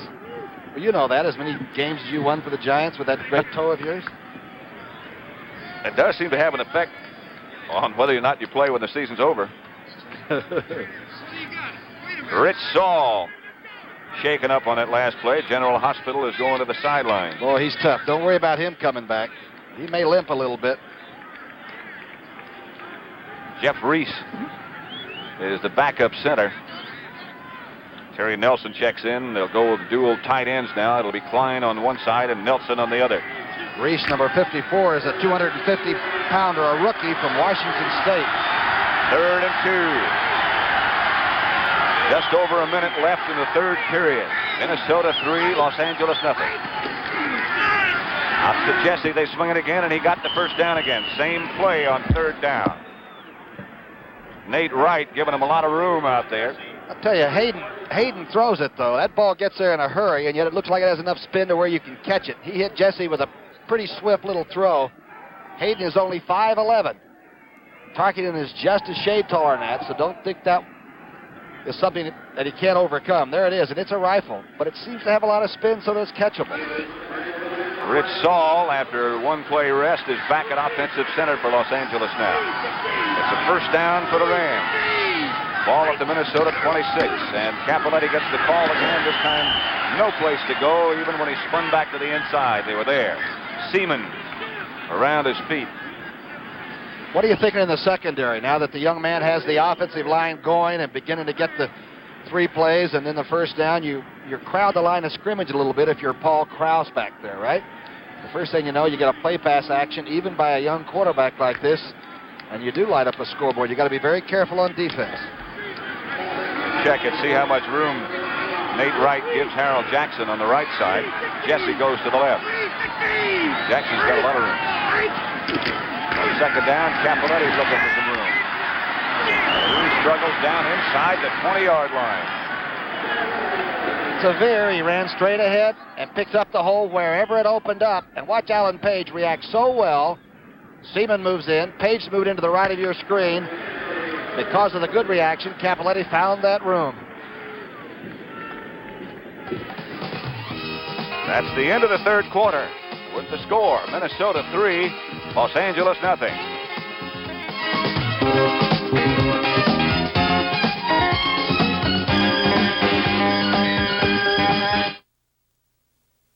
Has anybody out there got a copy on this One Rubber Duck? Come on. It was a lonely day, and I hate to say that I was somewhere east of nowhere. And when the sun goes down in them rocky towns, it just gets a plumb sight lonelier. But with a million Midland Seabees around, you just don't have to be by yourself. Because you got a Midland convoy buddy to get yourself a bunch of that help. Join the Midland Convoy, get a Midland CB. Yeah, when you get a Midland CB, you get a convoy buddy. Come on. This baby has something every battery should have. A full lifetime warranty printed right on the battery. And I sell it at a fair price. It's Sunoco's best, True Blue. If it ever fails to hold a charge for you in your present car, Sunoco will replace it free with proof of purchase, except if damaged by accident or abuse. When you drive into Sunoco, you get something else. Me. And I'll test any battery you drive in with free. I can be very friendly, very friendly. Yes, I can.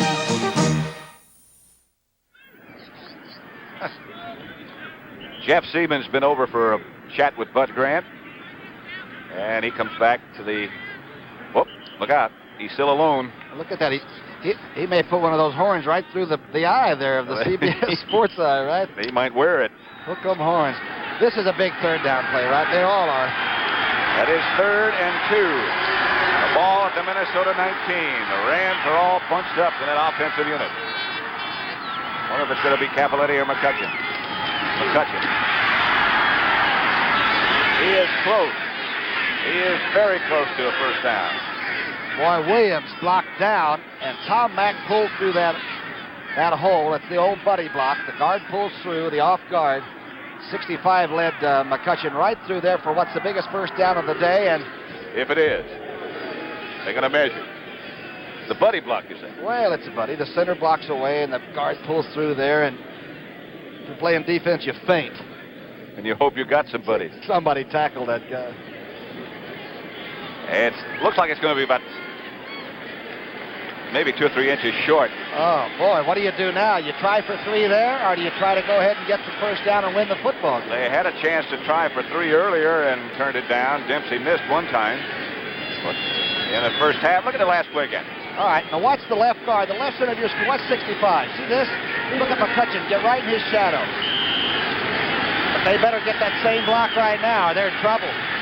Looks like about less than a foot to go as the Rams break out of the offensive huddle. 4th down. The stands come alive, and Hayden says he can't hear. Oh. You think that's going to make him be quiet? He must think he's in Pasadena. Don't tell these Viking fans you can't hear. They may come in here and get us. Might be a pretty cute little ploy, though, by the young man. You know, he'll have that defensive line white-knuckling it on that stance, maybe more than his own offense. Right, he'd probably go a long count. You know, the thought crossed my mind, maybe he doesn't even want to snap it. Just keep counting. They have 14 seconds left. That's where they stop the new 30-second clock that's on the scoreboard here. Sure, 30 seconds, of course, in which to put the ball in play. Now the Viking fans come alive again. I'm sorry, Tom.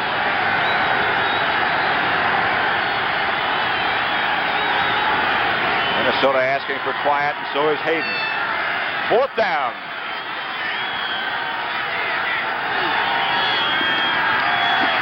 I don't know. McCutcheon got the call, and he got popped almost as soon as he got the ball. Now, Klein and company are saying yes, and Hayden, and the Vikings are really hot. Look at this.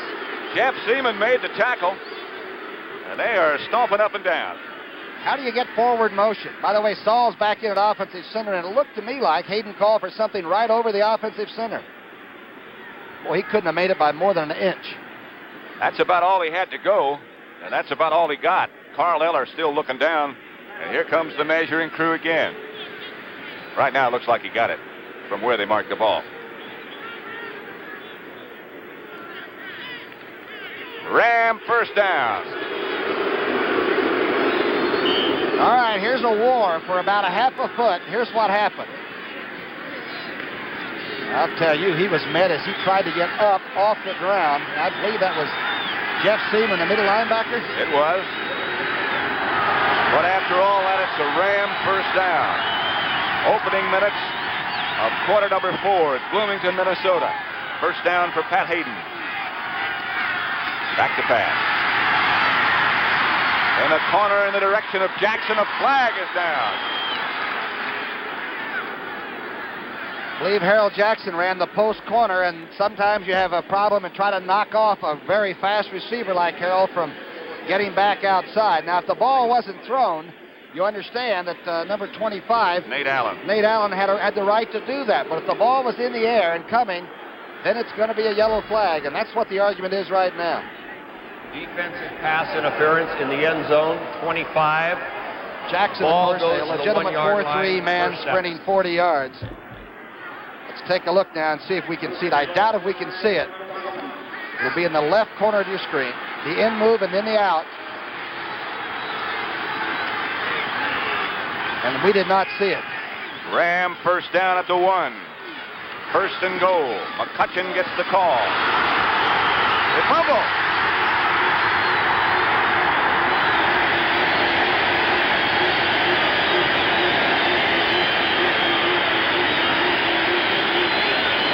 There still has not been a final ruling.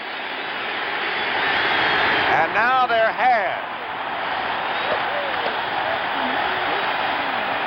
Into the end zone, the fumble. I believe it was Doug Sutherland that recovered it.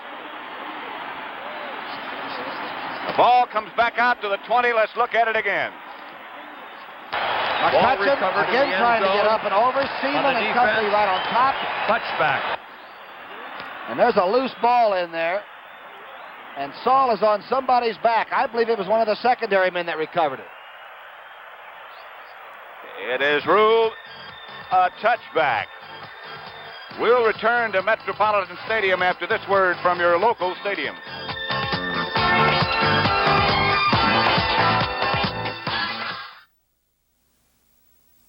America's Pastime gets the once-over in the hilarious new comedy Ball 4, starting this Wednesday night on CBS. Sure, Toyota's a beauty, all right. But how do I know it can really take it? You asked for it. A demonstration of Toyota toughness. Toyota trucks are built tough with a rugged steel frame to handle stress, a tough steel bed to handle up to 1,100-pound payloads, and a 5-speed overdrive transmission that helps save wear and tear on the biggest displacement engine in its class. If you can find a better-built truck than Toyota, buy it. Quality. You asked for it, you got it, Toyota. Open up your eyes, hey, look around you. There's a lot of world you've never seen. Where does Pan Am go? Well, where do you want to go? Welcome to our world. Welcome to our world. Welcome to the world of Pan Am. America's airline to the world. Channel 2, New York. So hold them up. Here's the controversial play now. Now remember, if McCutcheon carries it into the end zone before he fumbles, it's a touchdown, but he didn't. And the ball is recovered in the end zone, so it's a touchback, and the Vikes have it on the 20. A very, very close play. We come back live now with Chuck Foreman carrying outside the 20 to the 23. That is twice in this game that the Rams had put together a long running drive. The other one was 75 yards. This one was 76 yards in 16 plays, and they get no points. And only the second turnover in the game. The Rams have had both a fumble and then an INT early. Second and 7, Minnesota still leads it 3-0. Tarkenton has his speed receivers both split wide to the right.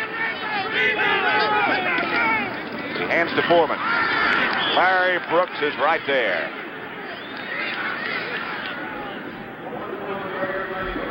Brooks is so quick. Tingelhoff tried to tie his shoelaces together, and Brooks still made the tackle, number 90. Tingelhoff must be pretty quick, too. Boy, that is some goal line stand the Vikings just threw up there. Their defense will sleep very well tonight should they win this game 3-0. 3rd and 6. 12 minutes and 50 seconds left in the football game. Foreman goes in motion. Sammy White at the 38. Elmendorf. And Monty Jackson on the tackle, but a first down, Minnesota. And Tarkenton got a lot of time to load it up and throw this time, so the rush was taken off. That means that Yeri and Riley did a good job. Let's take a look. You're behind the defense now. There goes Simpson out of the screen. And right across the middle, there comes White. He's only got about a step and a half. Of course, that's all the receiver needs, particularly against the man-to-man.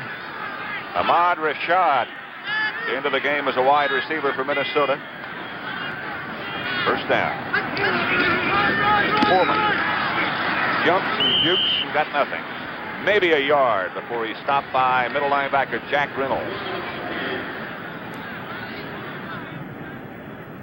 Vikings just have not been able to rush the football with any consistency at all. Not at all. Foreman, who usually makes a couple of people miss on 5-yard gains. Sammy White has caught 7 passes for a total of 67 yards. Had a good day. Rashad and White both come wide to the right.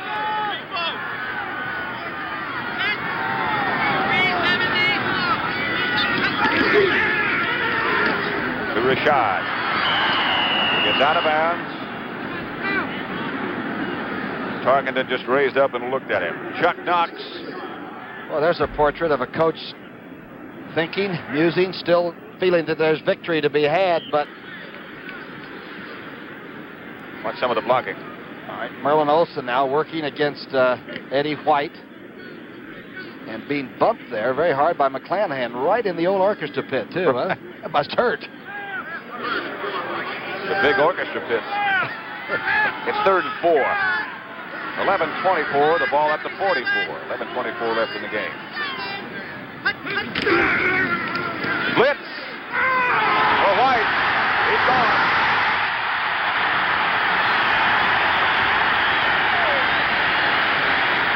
Rod Perry fell down. Was burned. Perry fell down on the play before that. And Sammy White just turned and ran out of bounds. And this time on White's 9th catch, There was nobody there, and Fran just laid it up. Good blocking, by the way. They picked up the blitz beautifully. Here it is. Tarkington now. Remember, the blitz is on. Pat, you were right. The Rams decide to come with everybody, and nobody gets there. Not before he's thrown the ball. You'll see Perry now in the wake, falling down. Sammy White from Grambling runs it on in. Notice he did not spike the ball after he scored. He scored last week and said he wanted to in the worst way, but he remembered what the coach said. Red Cox makes it 10-0 Minnesota. So the Vikings struck quickly after they stopped the Rams and recovered that fumble. Back they came, and they lead it 10-0 now.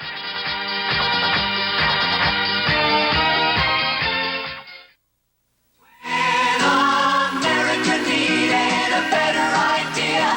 Ford put it on wheels. October 1st, Ford will introduce a special choice. For 1977, some car makers will offer only shorter, lighter full-size cars. But Ford gives you a choice. The full-size LTD that kept its size and the new trimmer LTD 2. When America needs a better idea, Ford puts it on wheels. With the same amount of gas, you probably would have made it to that gas station if you only had something new called Mobil 1. It's a synthesized motor oil that cuts friction so well, it'll give the average car up to 10 extra miles per tank full. True, Mobil 1 costs more, but in the long run, you're... Throwing that touchdown pass to Sammy White. White scaled at the 4. Gets out to the 28. Stopped by Amos Martin and Jeff Wright again. I just looked up. The last shutout the Rams suffered was in 1969. Detroit beat them 28-zip. But in a long time, 69 to this team, and this team has moved that football on the ground about as well as you could ask a team to do it for you. They simply didn't get any points. First down, Los Angeles. They have dominated play on the ground. No question about that. But Minnesota leads 10-0. First down, the ball on the Rams 28. Hayden. Harold Jackson just shy of midfield, and somebody went hurtling over the top. Just shy of Jeff Seaman. Did you see the middle linebacker coming out? They're going to bring it back.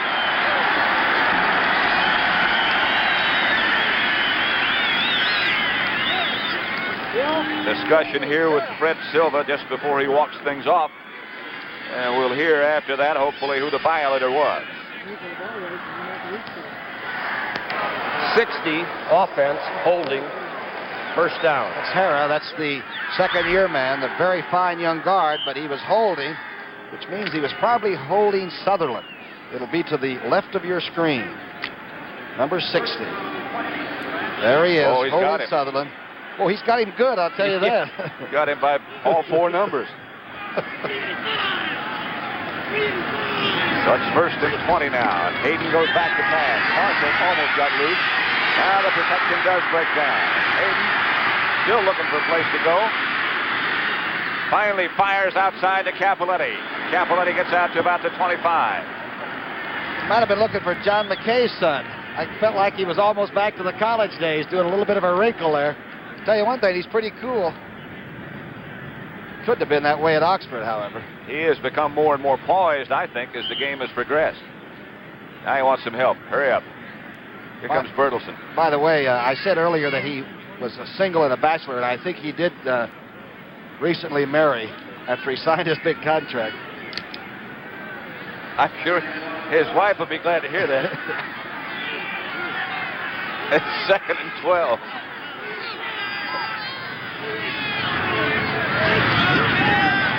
Here's the reverse to Capoletti. They got around Eller. Capoletti's got some room and got the first down. Big John probably is not as fast as McCutcheon or some of the other backs, but he's not short on anything else. Watch Jim Bertelsen, though, to the left of your screen now. He'll set up Eller and just turn him around. There to the right of your screen, you saw it. Good block on the outside by Hara. Again, protection of the ball and trailing 10 points. So it's 1st and 10 for Los Angeles. The ball at their 40. Capoletti now has carried 22 times for 112 yards. 2 weeks in a row, he's over 100. Hayden fires. Jackson got it. Oh, he'll remember it. Nate Allen turned him with some help from Jeff Seaman. Jeff Seaman is playing some kind of a game for the Vikings. Watch this move now. A very good throw that takes Harold Jackson. Look at him drive off it. Watch Jackson jump straight up. Nate Allen runs right under him, and there's Seaman to finish him off. Harold Jackson, you're right. You're going to feel that tomorrow. Great catch, though. Oh, Krause is out of the game. James White is in to rush.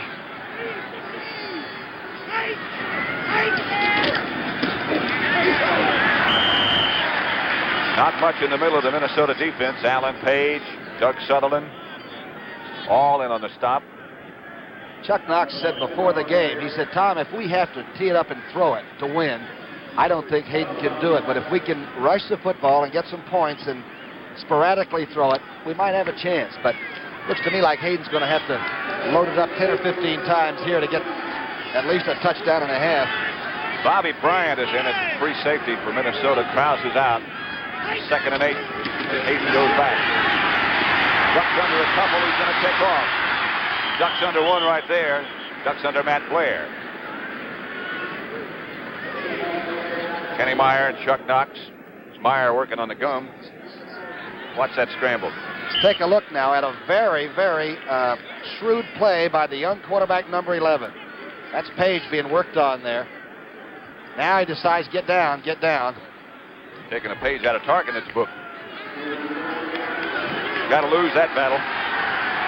3rd down. The Rams coming right back. Hayden back. Stuff going on. He fired down the middle in the direction of Bertelsen. He yelled for the flag, and he got one. Wally Hilgenberg, I believe, was trailing Bertelsen and spun him around. Naturally, Wally doesn't believe it was. Bertelsen doesn't even turn to the defense at all. I wonder if there's ever been a defender who's called for pass interference who said, you're right, I did do it. Not if he was worth a darn. First You're down. Right. Automatic first down, of course. Let's look at it from the end zone. Right to the right of your screen now, Wally Hilgenberg should be doing his thing. There's Bertelsen. And Wally's already done something to him, a little nifty move there. Bertelsen was already pointing and saying to the referees, hey, you got me. First down, Hayden goes deep again. Looking, and firing. In the direction of Bob Klein, the tight end. He tried to let up on it, and the ball didn't quite get there. I wonder if he was trying to hit McCutcheon with it and was undecided, so he ended up throwing it sort of low to the tight end. And Jackson's coming back from the far hinterlands, where he probably will go back and say, well, I was wide open, but I know you had something else to think about. Bertelsen and Scales come in. Capoletti and Klein go out. The crossing pattern right now would catch a zone and stretch it. If Jesse would be on one side of the field and Jackson on the other, they could stretch a zone almost to the limits. They're on the same side right now. 6 defensive backs in the Viking defensive unit on 2nd down and 10. Ball at their 26. The reverse again. Bertelsen trying to block on Eller. Again, he did a good job. McCutcheon goes down, and Jeff Wright made the tackle. What a job he's done today. Jeff Wright has made about 6 tackles, as clean and as difficult as you'll see any secondary man make all year. That's not an easy guy to take down in the open field like that. Again, Bertelsen did the job on Eller. Eller does a pretty good job, though, of delaying this play, of making the play a little bit slower reacting. Now watch this play. 23. Hey, he's having quite a day. Jeff Wright makes another good one. 3rd down now for Los Angeles. The ball up to 24. 3rd and 8. Minnesota leads it 10-0 as Hayden goes back. Great protection for Jackson. He bounced it in there. He was open. That's the crossing play. That's the one he's got to have, is Jesse and Klein to clear out and go deep and bring somebody like Harrell across the middle. There should be a vacuum there somewhere, but the young man's got to cut the ball loose and stop guiding it. For the second time, the Rams are unveiling Tom Dempsey. He was short earlier. And Steve Priest will be the holder. The ball will be snapped from the 25. It's going to be a 42-yard effort by Dempsey. And he's got plenty enough leg to get it there. It is 10-0. They still got a lot of work ahead of that Los Angeles offensive unit if they're going to do anything about it. Vikings lead by 10. Down the ball. Dempsey's got enough leg here. Ooh. And got it. Ooh. That was a long time in making that judgment. So the Rams do get on the scoreboard. The score with 6 minutes and 19 seconds left in the fourth period is Minnesota 10, Los Angeles 3. Not a very good hit. Robert Miller was the man up in the wedge. Go back and look at that field goal again. Pat, how wide are the goalposts? You know, I looked this up today just to ask you, since you were one of the great kickers. Do you know what the distance is between them? I don't have any idea. I know they're 10 feet high. They're 18 feet 6 inches between them. I thought it was wider than that. Oh, I don't look nearly that wide. Not to the kicker. No. At the 42, 43 make it. The Viking offensive unit on the field. Still the same two running backs, McClanahan and Foreman. Fumble by Foreman. I think he got it back. Let's see. Yeah. Minnesota ball. Boy, I'm thinking sudden death, and I know I shouldn't say something like that, but a 10-3 ball game with almost 6 minutes left, I got a strange feeling we're going to be under the lights for real. So if you got somebody cooking something, you better tell them to put it on the back burner for a while, I think. Okay. Make a quick call.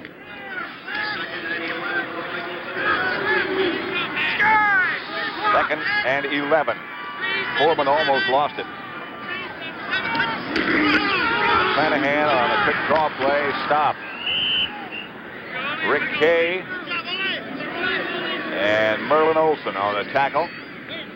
Except for the blitz when Tarkington beat him with the pass, Ram defense has been just about as nasty. Look at Merlin Olsen. They're going to take him to the Hall of Fame. Not a picture of him. They're going to really take Merlin out there and put him right there. He should be. He certainly should. Look at Bud Grant. You never know what score was close, would you? It is 10-3 with 5 minutes now left. 3rd and 9. Gets away from one, fires in the direction of Ahmad Rashad. Ball bounced out of his hands. So we'll have a look at Neil Clabo. I'll tell you, that ball was right there and thrown under duress. Tarkington will probably say something like, you know, you're only with us a few days because Rashad just came from Seattle. And Bob Lertzema went out there. He slipped down, just got his balance back in time. And here's Neil Clabo. The figures on him. 39.6 average. Jim Bertelsen is back alone for the Rams. See if they put the pressure on, try to block this. They're coming. Fine punt by Clabo. Priest got a good block on Nate Allen. The Vikings did a heck of a job of covering. Roy Winston, the old LSU Bengal Tiger, was down covering on the punt. Guy's been around that long playing on special teams. That's a real tribute to this Viking team. 10-3 Minnesota lead.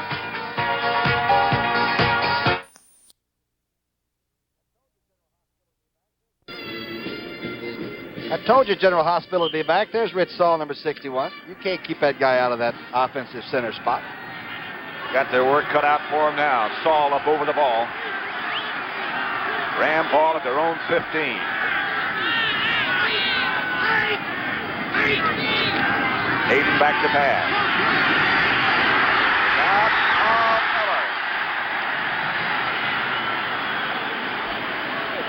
Give the Vikings secondary an A+ because there's never been better pass protection for any quarterback than Hayden got that time.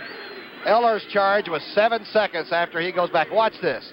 You can't draw it on a blackboard like this. He still isn't bothered. And I mean, they didn't even make penetration. That's a late rush by number 81. Eller's effectiveness, a lot of people wondered about going in because he's playing with a broken thumb. See that big bandage he's got on there. Hayden now on second down. Goes back. Good protection again. Sutherland was close to him. Jackson is in a sandwich between Autry Beeman, number 27, and Nate Wright, number 43. Watch Jackson. I'll tell you, Harold Jackson runs the center pattern with as much courage as any receiver. Watch this. He's not big at about 5'10". He looks for the ball, doesn't hear any footsteps, but they're there. Good gosh. Nate Wright did some job. So did Beeman. Beeman, by the way, got the recovered fumble that was so important earlier, too. They're playing in that secondary. Rams have been able to convert on third down 6 out of 13 times. It's 3rd and 12 with just over 4 minutes remaining. Hayden goes back. Deep for Jesse. Got it and got the first down out of bounds in front of the Minnesota bench. Good throw by Hayden there. Oh, and Jesse's such a great athlete. At Kansas, he did everything. He was a 13.8 high hurdler. He was a 26-foot long jumper. But I'll tell you, he can catch the football. Watch this throw, and you're right. It's there. Good play. A lot of time before he got out of bounds. Remember, last week he made the big catch against the Falcons from Hayden. First down, Rams at the 37. Exactly 4 minutes to go. 10-3 Minnesota. Now France jumped the count.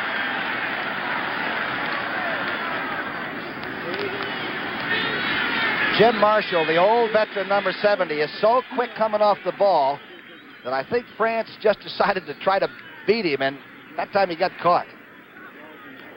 77 offense, false start. Marshall might have a trick or two, too. You know, he might have moved something under his hand a little bit, which the defense is allowed to do. I would imagine he'd learned a few in those years.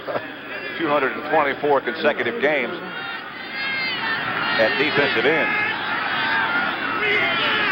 First and 15. Still that same 4 minutes to go. McCutcheon got one hand on it, but couldn't hang on. It was behind him. A little bit of a forced throw. Hayden was, again, not under a tremendous attack that time. Pretty good pass blocking.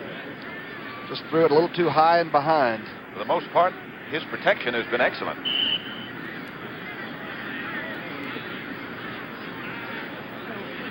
You don't realize what a world that is, though, for a quarterback that's 5'11". Chuck Knox knows, Elijah Pitts knows. But looking up, there's Ron Jaworski. But looking up at all those big people around you can be confusing when you're trying to throw to one of them. 2nd and 15. The ball at the 32 now. Last play burned 4 seconds. In the pocket with good protection again. Hayden fires for Jackson. Incomplete. Nate Wright was right with him again. How far could Hayden have run that time had he just decided to put the ball away? He might have been able to run all the way to the Ram bench. You can see to the top there. Nobody was there. He would certainly have been able to get a first down, don't you think? At least a 15-yard gain is what he would have needed, of course. So it'll be 3rd down. And another one of those conversions coming up.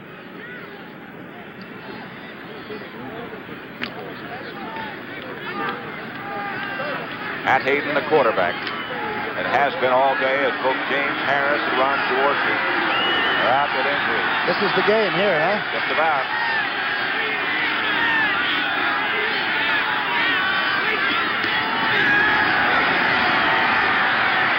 For Jackson, out of bounds.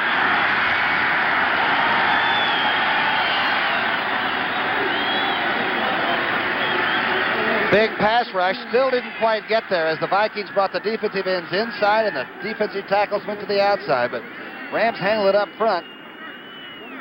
Good coverage again. That secondary sticking with those Ram receivers in good shape. And so Los Angeles sends in Rusty Jackson again to punt. Leonard Willis goes back deep for Minnesota. Jackson and his average. 3:45 left in the game. The Vikings lead by 7. Jackson. That's a pretty good one. Headed out of bounds. Bouncing in that direction. Now bounces back and rolls dead inside the 30, about the 27-yard line of Minnesota. Next week on CBS, we'll be in Los Angeles to watch the Giants take on these Rams.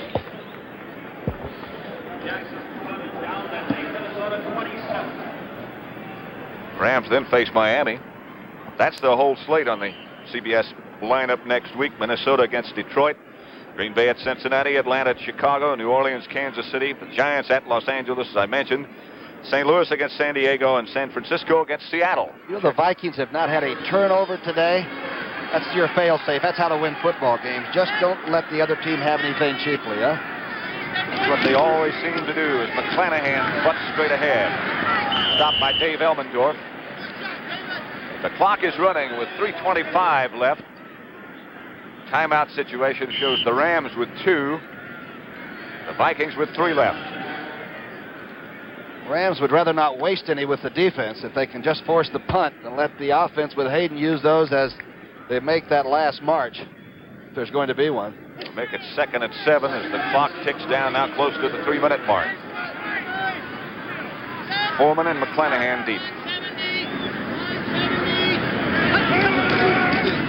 McClanahan. Broke a couple. Got very close to a move. Fumble. I'm not sure if the ball was dead or not. I'm not sure. The Ram offensive unit is coming on the field. It is Los Angeles football. Let's go back and look at that one again. Let's take a look at it. Here's McClanahan making one of the great runs you'll ever see. The extra effort may have cost him. Hear the ball now as Simpson's tearing at him. And Rod Perry comes out with the football and darn near tied it up. Foreman makes the push. Foreman got him out of bounds, but it's Los Angeles ball at the Minnesota 11. 1st and 10 at the 11. 2 minutes and 44 seconds left. The Rams have 2 timeouts left. Minnesota has all 3 of theirs. They've been down here before and couldn't get it done. Hayden, Jackson did not get in. Oh. He might have gotten the first down. Jackson put those small feet. Now, if he'd have been a big receiver like Carmichael with large feet, he would have scored. Watch this, a good throw by Hayden, a quick out to a very fast receiver. Now watch this little measurement going for the, ooh, he got a foot on the line and brushed through the flag. Sure did. They rule it down at about the 1-foot line. The Rams break the huddle. It is 1st and goal now, inside the 1. They've been here twice before. Appoletti. Klein signals touchdown. Hayden signals touchdown. But thus far, no official has. It is going to be 2nd down. Jeff Seaman has been meeting all of those launch jobs right on top. And Capoletti may have gone high enough to where he tumbled over the middle linebacker and got in, but it's not there yet. It's about a foot short. Watch this maneuver. Now watch Seaman, number 50, going up and meeting the launcher at the very top. This time he couldn't get up to the pile. Alan Page, who made the initial contact, so it's 2nd and goal.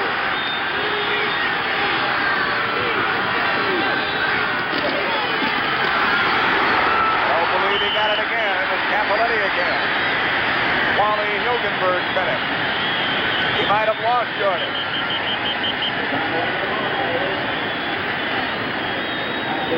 All right, let's take a look. Just the old immovable object, and the irresistible force right now is not so irresistible. Hilgenberg and Seaman. So it'll be 3rd down as the 2-minute warning has been issued. And the Rams are at the door, but not in.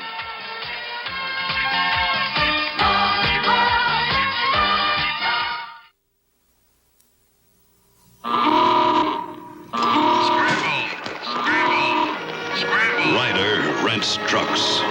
I'll be finished, sweetheart. Tough Ford trucks. And Ryder tunes those trucks razor sharp, ready for anything. When Ryder rental trucks take off on a mission, there can only be one ending. You nervous, Huckett? Nah. Mission accomplished. Ryder, the best truck money can rent. Budweiser presents Beer Talk. We know a lot of people say phooey on foam in their beer. They want that glass full up to the brim, but hold it. With Budweiser, you're cheating yourself out of half the fun and flavor if you don't let it kick up a healthy head of foam. Those friendly little Beechwood Age bubbles are the brewmaster's pride and joy. And we'd sure hate to see you miss out on a single one.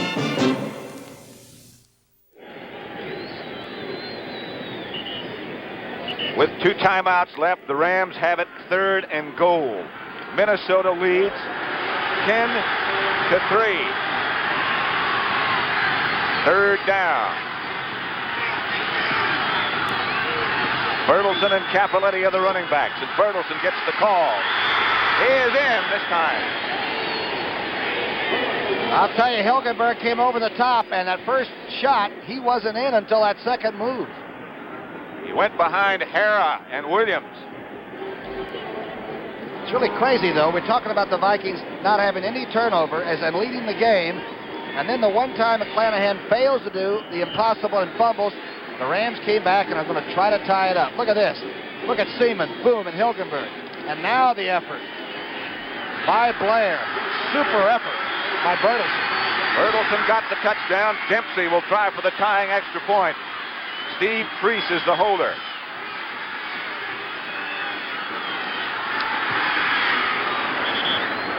It is good. It is 10 apiece. Dempsey knew he had to make that one. Otherwise, there's no plane back to Los Angeles. Not for him.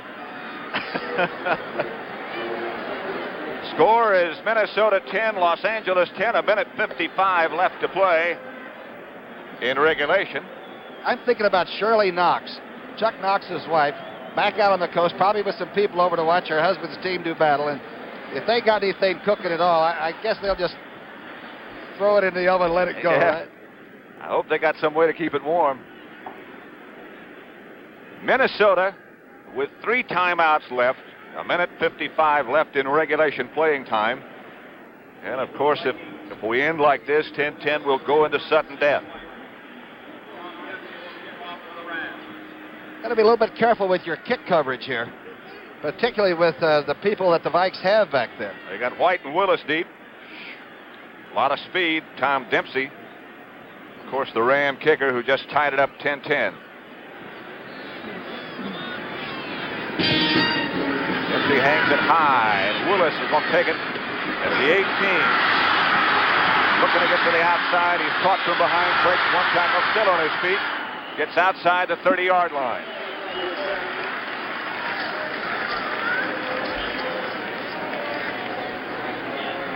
Don't forget all that on the Sports Spectacular next Saturday at 4:30 Eastern Time. Ali and Norton, an interview with those two. No way. Mount Everest Expedition, the International Superbike Championship, the Beldame, the Italian Grand Prix. All that coming up for you next week on the CBS Sports Spectacular, 4:30 Eastern Time on CBS. What do you do if you're Fran Tarkenton now? What is your game plan? You don't want to lose it. You haven't been able to run it. You got 3 timeouts. Really a lot of time as Foreman goes in motion. Tarkenton. Fine catch by White. Sammy White had to come back. What makes Sammy run? I'll tell you, he's made some great plays for a rookie. That is number 8. Reception number 8. A little bit slow, some of the Rams. Youngblood the last to get back. First down, Minnesota. Olsen got back. He jumped for a minute. Tarkenton fires. He's got McClanahan. McClanahan's got a block out in front. Out of bounds at the 33-yard line. Simpson had to make the tackle after McClanahan did get to the sideline. Let's see who makes the good block on the outside, and let's McClanahan get out there. Here's the ball now. Watch number 33. Now, who gets the block right there on the outside? It was Ahmad Rashad, I believe. Ball at the 33-yard line. Not quite close enough for Fred Cox yet. A minute, 15 seconds to go. Clock is stopped momentarily, and here goes Tarkenton to Foreman, the draw play. Foreman falls to the 29-yard line. Pat, we feel that Cox has to be somewhere between 40 yards and in. 35, which means that they've still got to move it about 5 or 6 yards, and they're going to try to get a lot closer than that. That's a pretty long kick, with the pressure he's going to have on his shoulders. Right now it'd be 45 yards. They took a timeout. Minnesota did. It is, let's see, they've got 2 left. One thing Cox has going for him is a fairly strong wind at his back. And that certainly would help. Does that make you feel better? That's really what is more important, that you feel like you're being assisted, right? Psychologically. Or did you really need it when you were kicking? Maybe you really did. I needed all the help I could get. I'm trying to find Cox on the sidelines to see if he's doing anything like a chiropractor would to loosen up. Been in this situation a lot of times. Tarkenton, by the way, is 22 of 32 for 235 yards. Almost without a running attack. They know that the way to move the ball has to be throwing it. He's done that well, even with those conditions. Both teams have 2 timeouts. Hacksaw Reynolds comes back in now. He's been over talking to Ray Malavasi and the defensive people, and Catlin upstairs. And there he is, the man of the hour. I wonder if he's even breathing. He might take a deep breath after it's over. 2nd and 5. The situation, the ball at the 28. Tarkenton. Rashad fell down again. That end of the field was not covered last night when we had a severe rainstorm. And so it's going to be slippery. Rashad goes out. Lash comes in.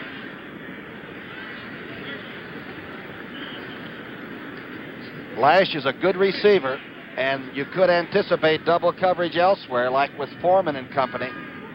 And the young man from Northwestern is a very sneaky, fast, good player. Don't forget about our old friend Stu Voigt. Yeah, that's right, the Phantom. A minute and 6 seconds to go on 3rd and 5, Minnesota. Scores tied at 10. Blitz is on. Monty Jackson, I believe, right with Sammy White. What a great play, though. Watch Monty Jackson now. The young man, they say, is going to be the best cornerback. Step for step, reaches around, might have grabbed the receiver a little bit. You take what you can get when you're back there. Super effort. Fred Cox with Paul Krause to hold. One thing you don't want to do on defense in a situation like this is be offside. You want him as far out as you can get it. That's 35, so that's a 45-yard field goal. Right. Krause right at the 45. 10-10 the score.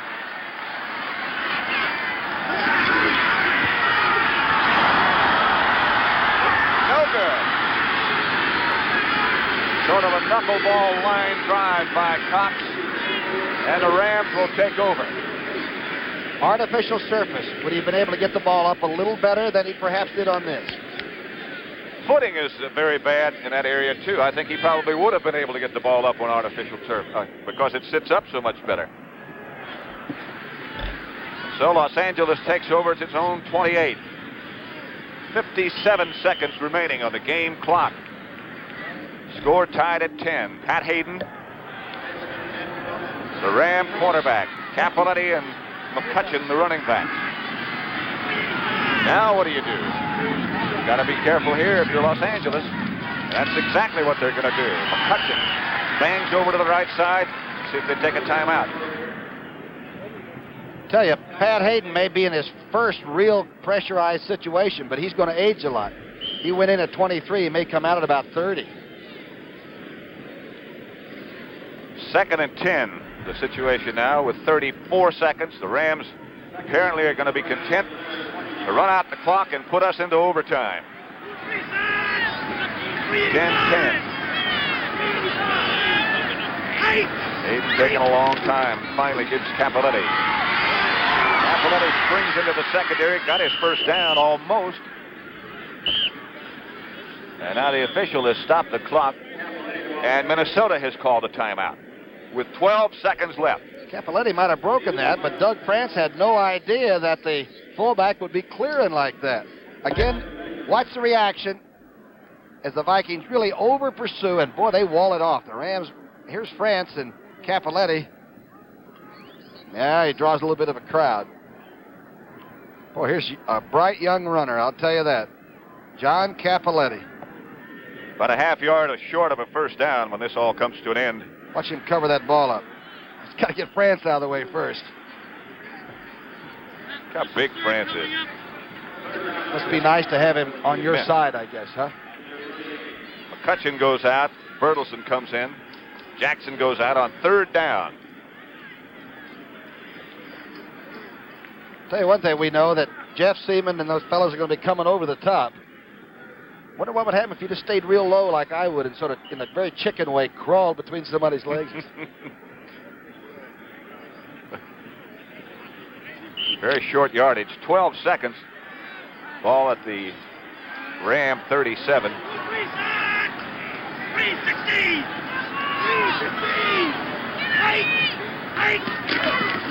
Bertelsen got the first down and more. And now the Rams take a timeout. And remember, you don't know what kind of range you need for Tom Dempsey. You know, it's in the archives that he can kick 163 yards.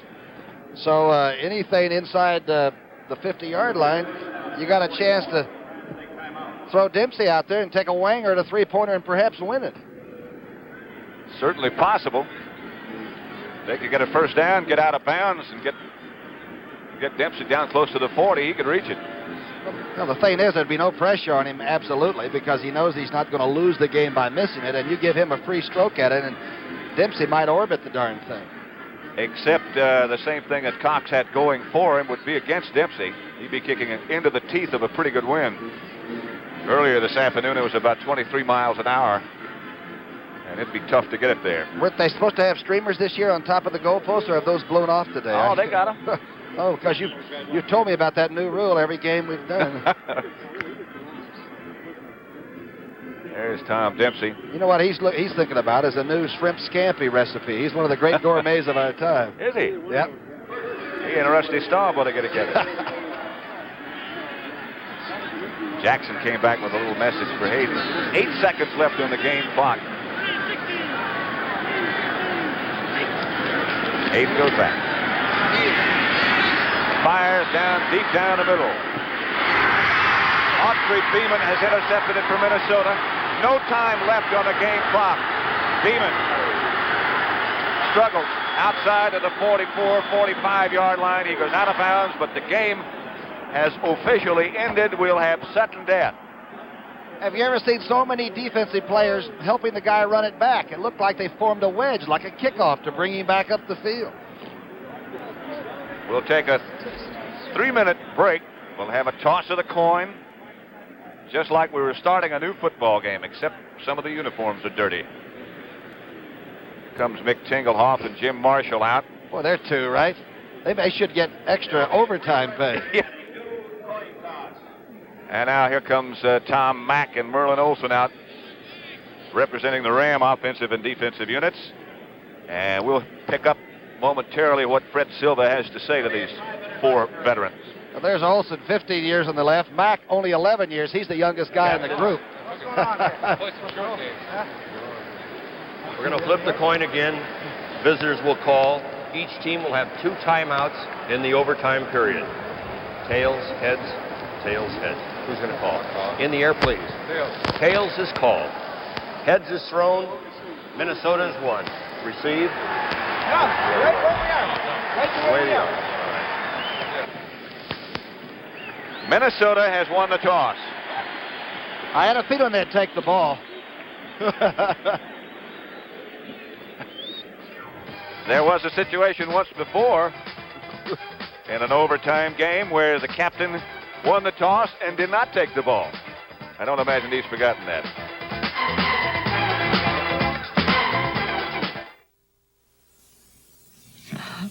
Three months ago, this lady couldn't run around our block. This morning, 3 miles in under 24 minutes. Bloomington, Minnesota. The Rams and the Vikings. This is Pat Summerall with Tom Brookshire. The Rams and the Vikings locked at 10-10. I told you it was going to be a sudden death. Yeah, you did. What made you think that? I just had a feeling that both clubs are such quality clubs. One's having to run the football all the time. One's having to throw it all the time. Both defenses were great, and I just had a feeling they were about as closely matched as you could be. San Francisco 12. The Chicago Bears still leading. Score is 19-12. That's in the fourth period. Right here, Tom Dempsey tees it up. Be careful of Leonard Willis. He's the young sprinter out of Ohio State. He's the man stretching himself in the end zone there. Number 80. Back with him, Sammy White, number 85. Tom Dempsey, with the wind at his back, will check it off from the 35.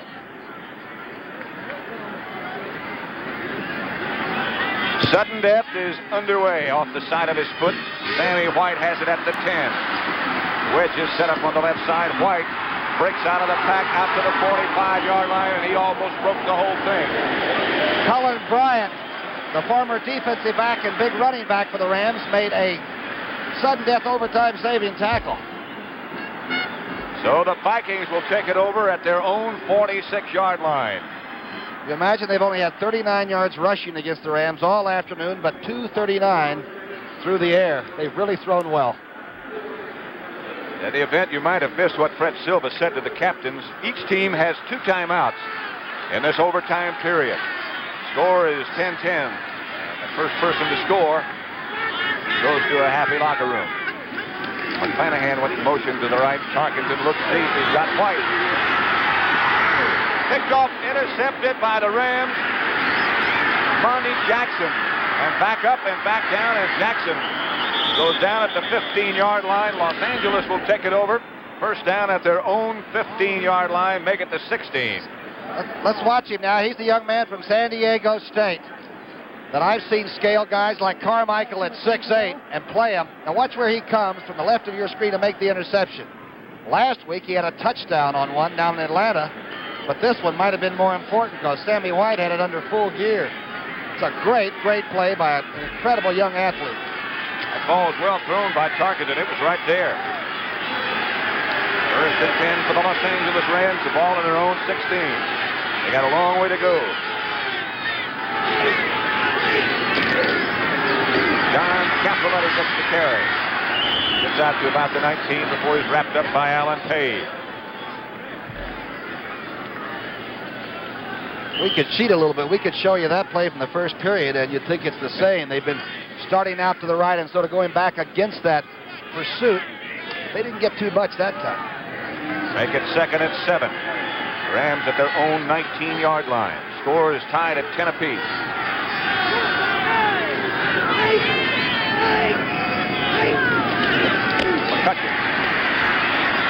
McCutcheon gets out to about the 22 or something like that, and we bring up a third down situation again for Pat Hayden. The Rams ran 70 plays in regulation time and rushed for 217 yards and barely tied the game up. 3rd and 5 will make it. A 2-yard pickup on that last one. The Rams had a couple of chances to put more points on the scoreboard. They had 175-yard drive, 176-yard drive. McCutcheon fumbled in the end zone one time. The Vikings just held them one other time. Hayden back. Outside to Capoletti. Capoletti stepped away from Nate Wright and got first down for Los Angeles. Capoletti has good hands, too. A good throw this time by Hayden, who sort of staggered going back to set up. And I thought maybe on that dirt infield he might have some problems. But watch him take a little off the throw and still zip it enough to get it there. And now you don't have a problem because you got sort of a runaway. Matt Blair came over to make sure that he got out of bounds. It's 1st and 10 with the ball at the 28-yard line. 12 minutes and 45 seconds left in the overtime period.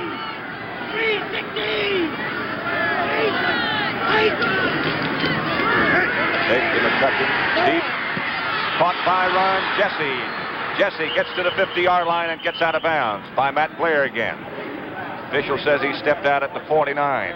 Good-looking play, Pat. Number 81, Jesse, comes in motion. Now, he'll be coming to the right of your screen, excuse me, and then he goes cutting through that zone. Now, watch Hayden pick him out. It's not an easy target for him to pick out. He did a reverse spin to find him, And now Jesse decides he's going to be a hero, and then he says, I think I'll go ahead and take my gain now. 1st and 10 Rams at the ball at their own 49. That's the final score. The Bears won their second in a row, 19-12 over San Francisco. McCutcheon swings to the outside.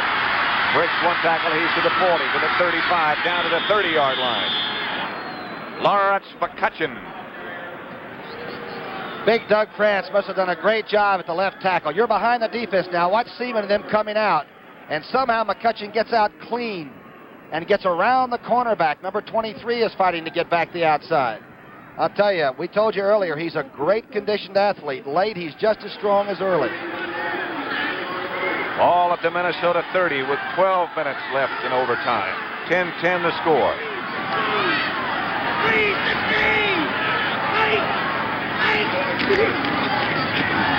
McCutcheon again. Found a little bit of running room. Sealed up by Doug Sutherland. He got inside the 30. Jeff Seaman also involved in the tackle.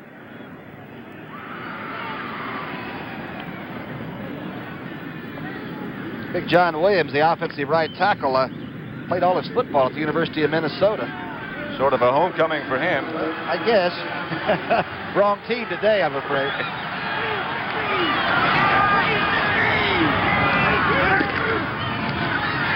There's McCutcheon to the 25, and they are definitely within the range of Tom Dempsey now.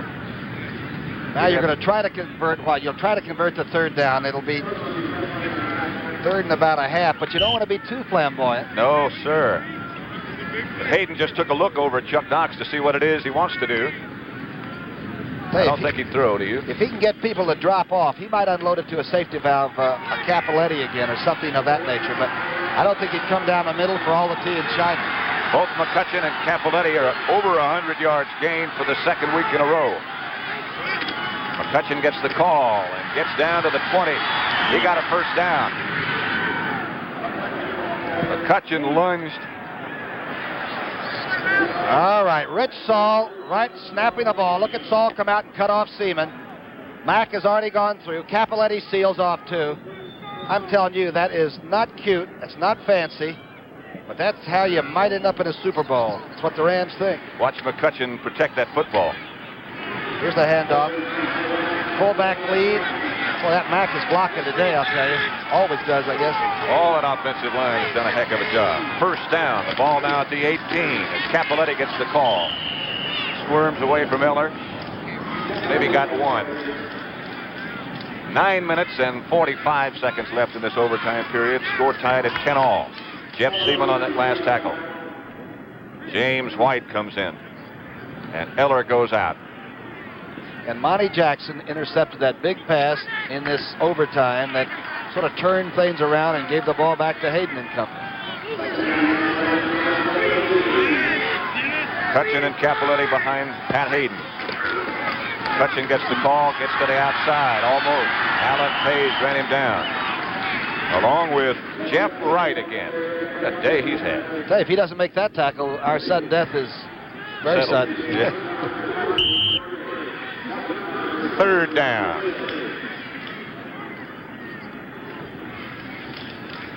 Been a great broadcast for us, I know. Tarkenton and Bud Grant looking on. Produced by Chuck Milton. Directed today by Sandy Grossman. They do most of the work. Capoletti slipped momentarily, got down inside the 15-yard line to about the 13, where it'll be 4th down. And enter Tom Dempsey. Look at Dempsey now. He's carrying about 260 this year, but he used to be a wrestler, and he's from Palomar JC, junior college out in California. This guy's not just a kicker. He is a fiery competitor. If he does miss this, he might go ahead and kick somebody. He wants to win. He is quite a person, quite an unusual man, and he knows it. Steve Priest will hold it, kneeling at the 20. So it's a 30-yard field goal.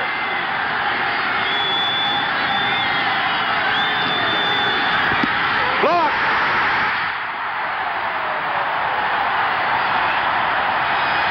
Nate Allen blocked Dempsey's field goal attempt. I believe James White sort of helped Nate Allen get started a little bit, and not illegally, but got him high enough to where he made the block. Here's Dempsey now. Priest puts it down. A little bit of a high snap. I'll tell you, there were several people up there. Nate Allen.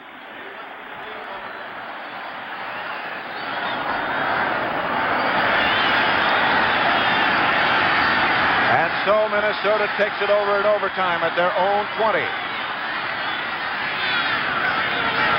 Flanagan goes in motion and Tarkenton goes right back. Firing deep in the direction of White. Nothing doing there. Elmendorf back with him. How about Tarkenton, huh? Going to play it close to the vest, right? He doesn't know what that is. He's 22 of 34 for 239 yards. And you just can't do any more on the field for the coach, Bud Grant, than Fran's done this afternoon. Bud Grant stomping away on the sideline. Sammy White is out. Straight ahead is Chuck Foreman. He tried to make those almost legendary cuts, and the turf is just a little bit too soft for that. I think the Rams may have blown the stunt up front that time. It looked like Hacksaw and Reynolds and Brooks got mixed up a little bit on a maneuver on a play they had on the line of scrimmage, and it opened up that hole. I guess you're just glad when Foreman doesn't get any more than that. Especially when he gets loose in the secondary like that. Jim Lash and Sammy White come to the left.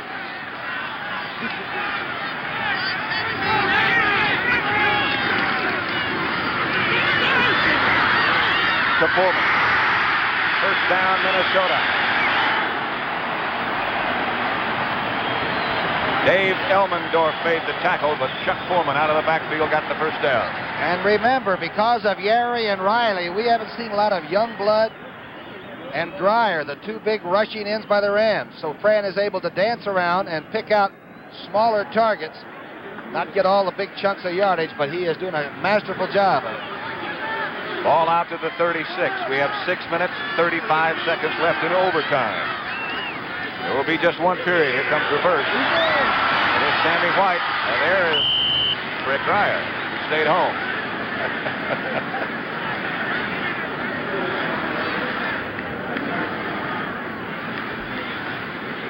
Fun thing to watch, though, is Freddie Dreyer. He gets a lot of controversial press sometimes, but watch him around young kids and all. He's a great teacher. They respect him. He's a super guy, and all things aren't what they appear to be sometimes. He's a credit to this game like a lot of people are. He's a super guy. He can play, too. So very quick. Second and 14.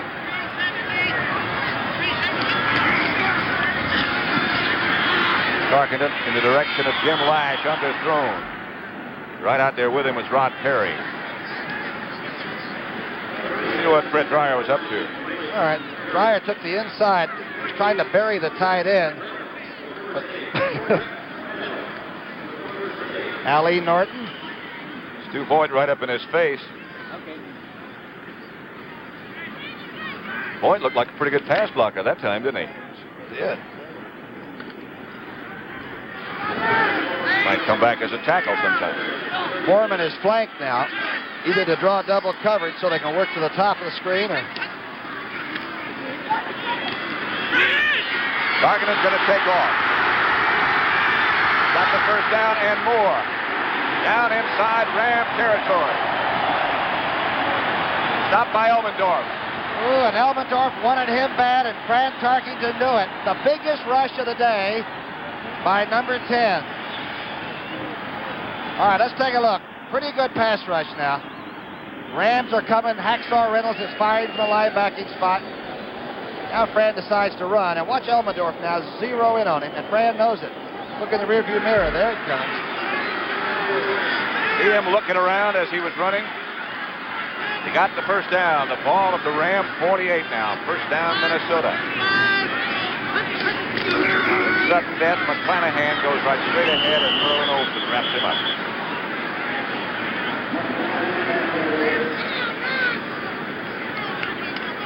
Okay, basic play, overtime. There's 4:43 left in this sudden death. McClanahan, who has moved in to be the other back.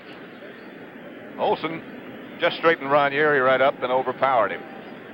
Still do it all, and perhaps playing at the lightest weight of his career. Imagine Merlin Olson's about 250 and playing maybe better than ever. Certainly hasn't lost anything. Second and 8.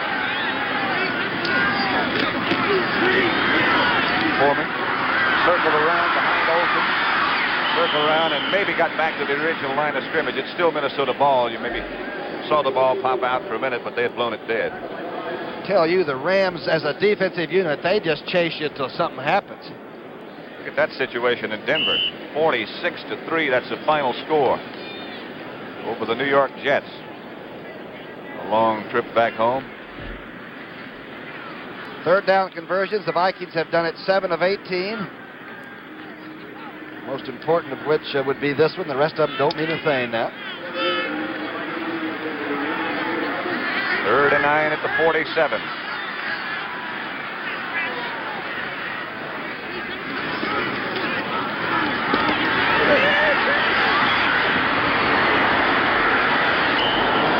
That time he had no place to go. He looked, ducked, jiggled.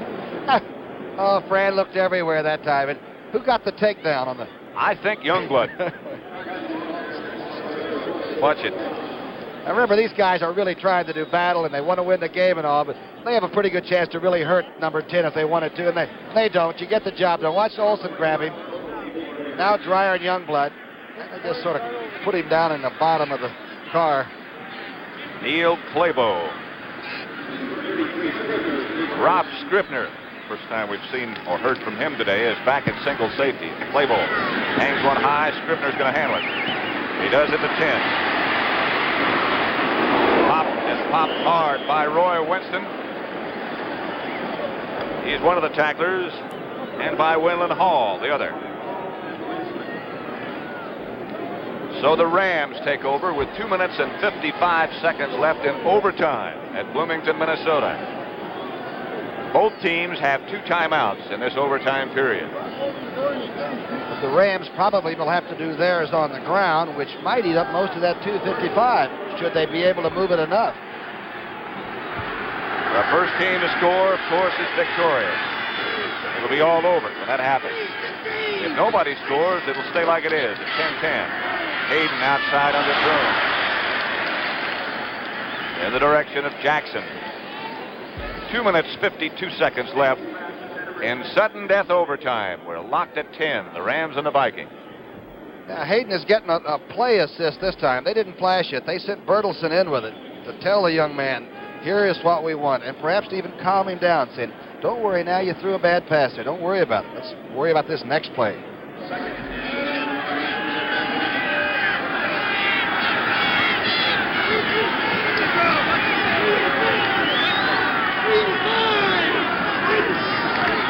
Reverse coming to McCutcheon. Heller played it well. Heller occupied. Sutherland came over to help. Let's see who made the tackle. Big Carl's been just worked on that play 3 or 4 times. Not embarrassed, mind you, but no way they were going to circle him that time. Matt Blair came over to make the tackle.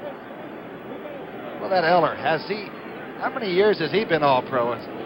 Since he came out of Minnesota. Ever since he's been playing, I think. Got 30 years of experience at defensive end for Minnesota. Between Marshall and Heller.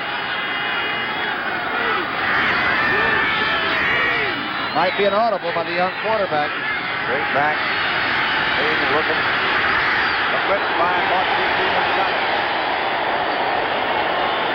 Hayden is down at the 10. I don't believe he's hurt. Safety blitz by Autry Beeman. All right, Beeman made this. The big thing is Pat Hayden hurt? Obviously, there are no other quarterbacks on that bench. Jaworski's over there with a broken shoulder, and James Harris still wasn't throwing very well, I didn't think, before the game. There's Harris. The backup quarterback, I'm told, would be Rob Scribner. If anything did happen to Hayden. Rusty Jackson with his back to you, number 9, the punt. Leonard Willis deep for Minnesota. Takes a lot of steps. Line drive type kick in the direction of Willis. He gets away. No, he doesn't. A good play by the first man down on the coverage. That is Pat Thomas. Willis took a little chance right there. He's got the speed, though, to take the chance. Just a good thing Thomas was right there. You give him about 10 yards of running room, and he'd be all over. So the situation is this. Minnesota ball at their own 35-yard line. A minute and 53 seconds left in sudden death overtime. We're locked at 10.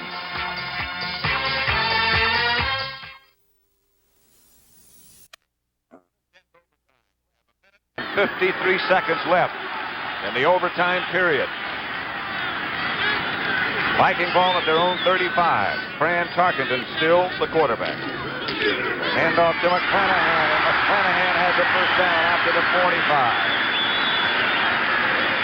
That time, Yeri did a good job on Youngblood, and there was a lot of room for McClanahan to motor inside. Vikings line up quickly, waiting for the yard line markers to be moved. Tarkenton goes back to pass. Down the middle, Stu Boyd wide open again, breaks one tackle, gets down to the 22-yard line. The amazing Stu Boyd. Well, you're never going to collect his gum card, and he's never going to be in the Hall of Fame. But I'll tell you one thing, he's always around, and particularly in the tighter games. Pulled up in that zone again, and Tarkenton ripped it. Let's take a look now. And again, the Viking offensive line appears to have really picked up the tempo in this drive right here. There's Boyd making sure no fumble. I'll tell you what, he isn't easy to put away either. Oh, he isn't. Minnesota has taken one of their 2 timeouts. Tarkenton went over to the bench. Well, that would be about a 36-yard field goal if they would stop right there and think about a Fred Cox attempt. But 2 or 3 plays later, he's still going to have one from inside, let's say 30 yards around there. And that must be what Fran is talking about, even though the breeze is right in his face. Here comes Francis back out. A minute 25 left on the sudden death clock. Vikings have 1 timeout left now. Both teams have had chances. The Rams were down close. Nate Allen blocked a Tom Dempsey field goal from 30 yards. And that put us into overtime. Tarkenton. Outside, Rashad got it. Good catch, good throw. Monty Jackson on the coverage. Perfectly thrown football, and Ahmad Rashad, we've told you, is a big, fast back. Good hands, always did. He just turns out from this receiving spot, and Monty Jackson just can't do anything about it. That's a very fine offensive play. 8-yard pickup. Make it 2nd and 2. The ball at the Los Angeles 23. Right now, it would be a 40-yard field goal by Fred Cox if they tried it from right there. A minute, 20 seconds left on the clock.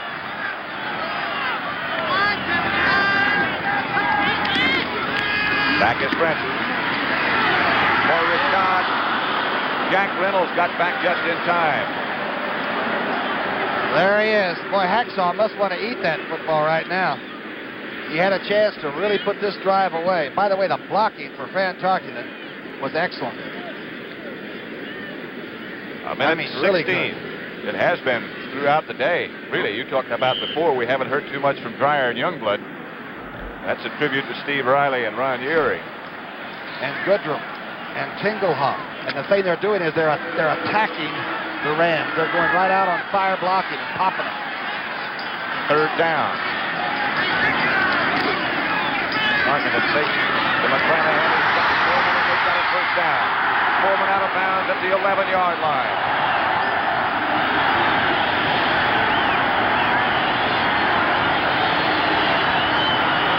The Vikings getting close. All right, watch this play now. Again, Kay is a young linebacker, and number 52 followed Stu Boyd a little bit too much inside. And now Hacksaw Reynolds is responsible all the way to the outside, and Foreman just can cover too much ground for the middle linebacker. Dave Elmendorf made the tackle. 1 minute and 10 seconds left on the clock now. Now the pressure goes back to the Vikings bench and to Fred Cox unless Tarkenton can score. He fires. Picked off by Rick Kay. Kay was back. I think they should call that a touchback. If the impetus of that ball carried the Kay into the end zone, the ball should come out to the 20-yard line. But they're going to call it on the 2, and there's going to be a big argument on this. That's what Elmendorf is talking about right now. And that's why he's arguing.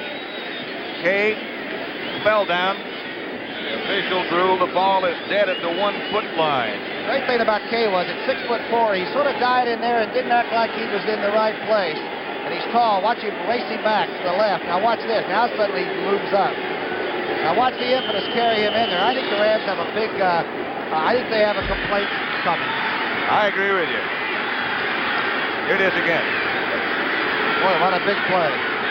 Boys from Colorado, too, you know that. Very intelligent. So the Rams take it over at about their own 1-foot line. 99-plus yards away. Hayden just quarterback sneaks straight ahead. 1 minute to go. I guess you don't have a recourse, and we're not trying to second-guess the official completely. It just appeared that was not a difficult call to make. What recourse does the coach have? None? None, really. The play is the play, huh? It's judgment. 1 timeout remaining for Minnesota, 2 for Los Angeles. It seems that the Rams are going to be content to just run it out and settle for a tie. But they got to feel lucky. It's not really settling for a tie after that interception by Rick Kay. And again. Could you write a script for this one? You couldn't have matched 2 teams better in every department. And the coaches brought them in here with, come on, this is the biggest game maybe of our whole season on the second weekend of the season. It's tough to get ready for. They did it. Minnesota called timeout, and that's all they have. 19 seconds remaining. The Rams will be content to run it out. Pat Hayden talking with Chuck Knox. The score is 10-10. His debut hasn't really been auspicious, but it hasn't been bad.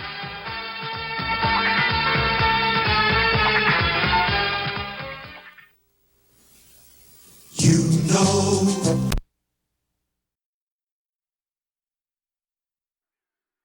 Vikings, however, are out of timeouts. Not a very popular choice for the Viking fans to, of course, know that they're just trying to run out the clock, and the clock continues to go with 5 seconds, 4 seconds now. 3, 2, and that's the end of it. A 10-10 tie between the Rams and the Minnesota Vikings. For Tom Brookshire, this is Pat Summerall. Now we take you back to CBS Control. Thank you very much, Pat and Tom. Unfortunately, we have just received word out of Denver that Philip Island, who's the chairman of the board of the New York Jets, suffered a heart attack while watching the Jets lose to the Denver Broncos. At this hour, he is in critical condition at a hospital in Denver. Again, Philip Island suffered a heart attack while watching his New York Jets lose today to the Denver Broncos. Rick Forzano bought some time today. It has been revealed defensive back out of Grambling come away with a key interception on this play and run it back in. Forzano lives to coach again. 24-10 the final, Detroit over Atlanta. And of course, Chicago, some of you watched that game. Walter Payton rushed for 148 yards today as the Bears struck to move into first place in the Central Division as a result of that tie between Minnesota and Los Angeles that you just watched. Next week, a full slate of games coming up on CBS. Don't miss the Sports Spectacular on Saturday. Muhammad Ali and Ken Norton live. For Irv Cross and Phyllis George, this is Brent Musburger saying so long from CBS Control in New York. 60 Minutes is next. The NFL Today is a presentation of CBS Sports. This is CBS.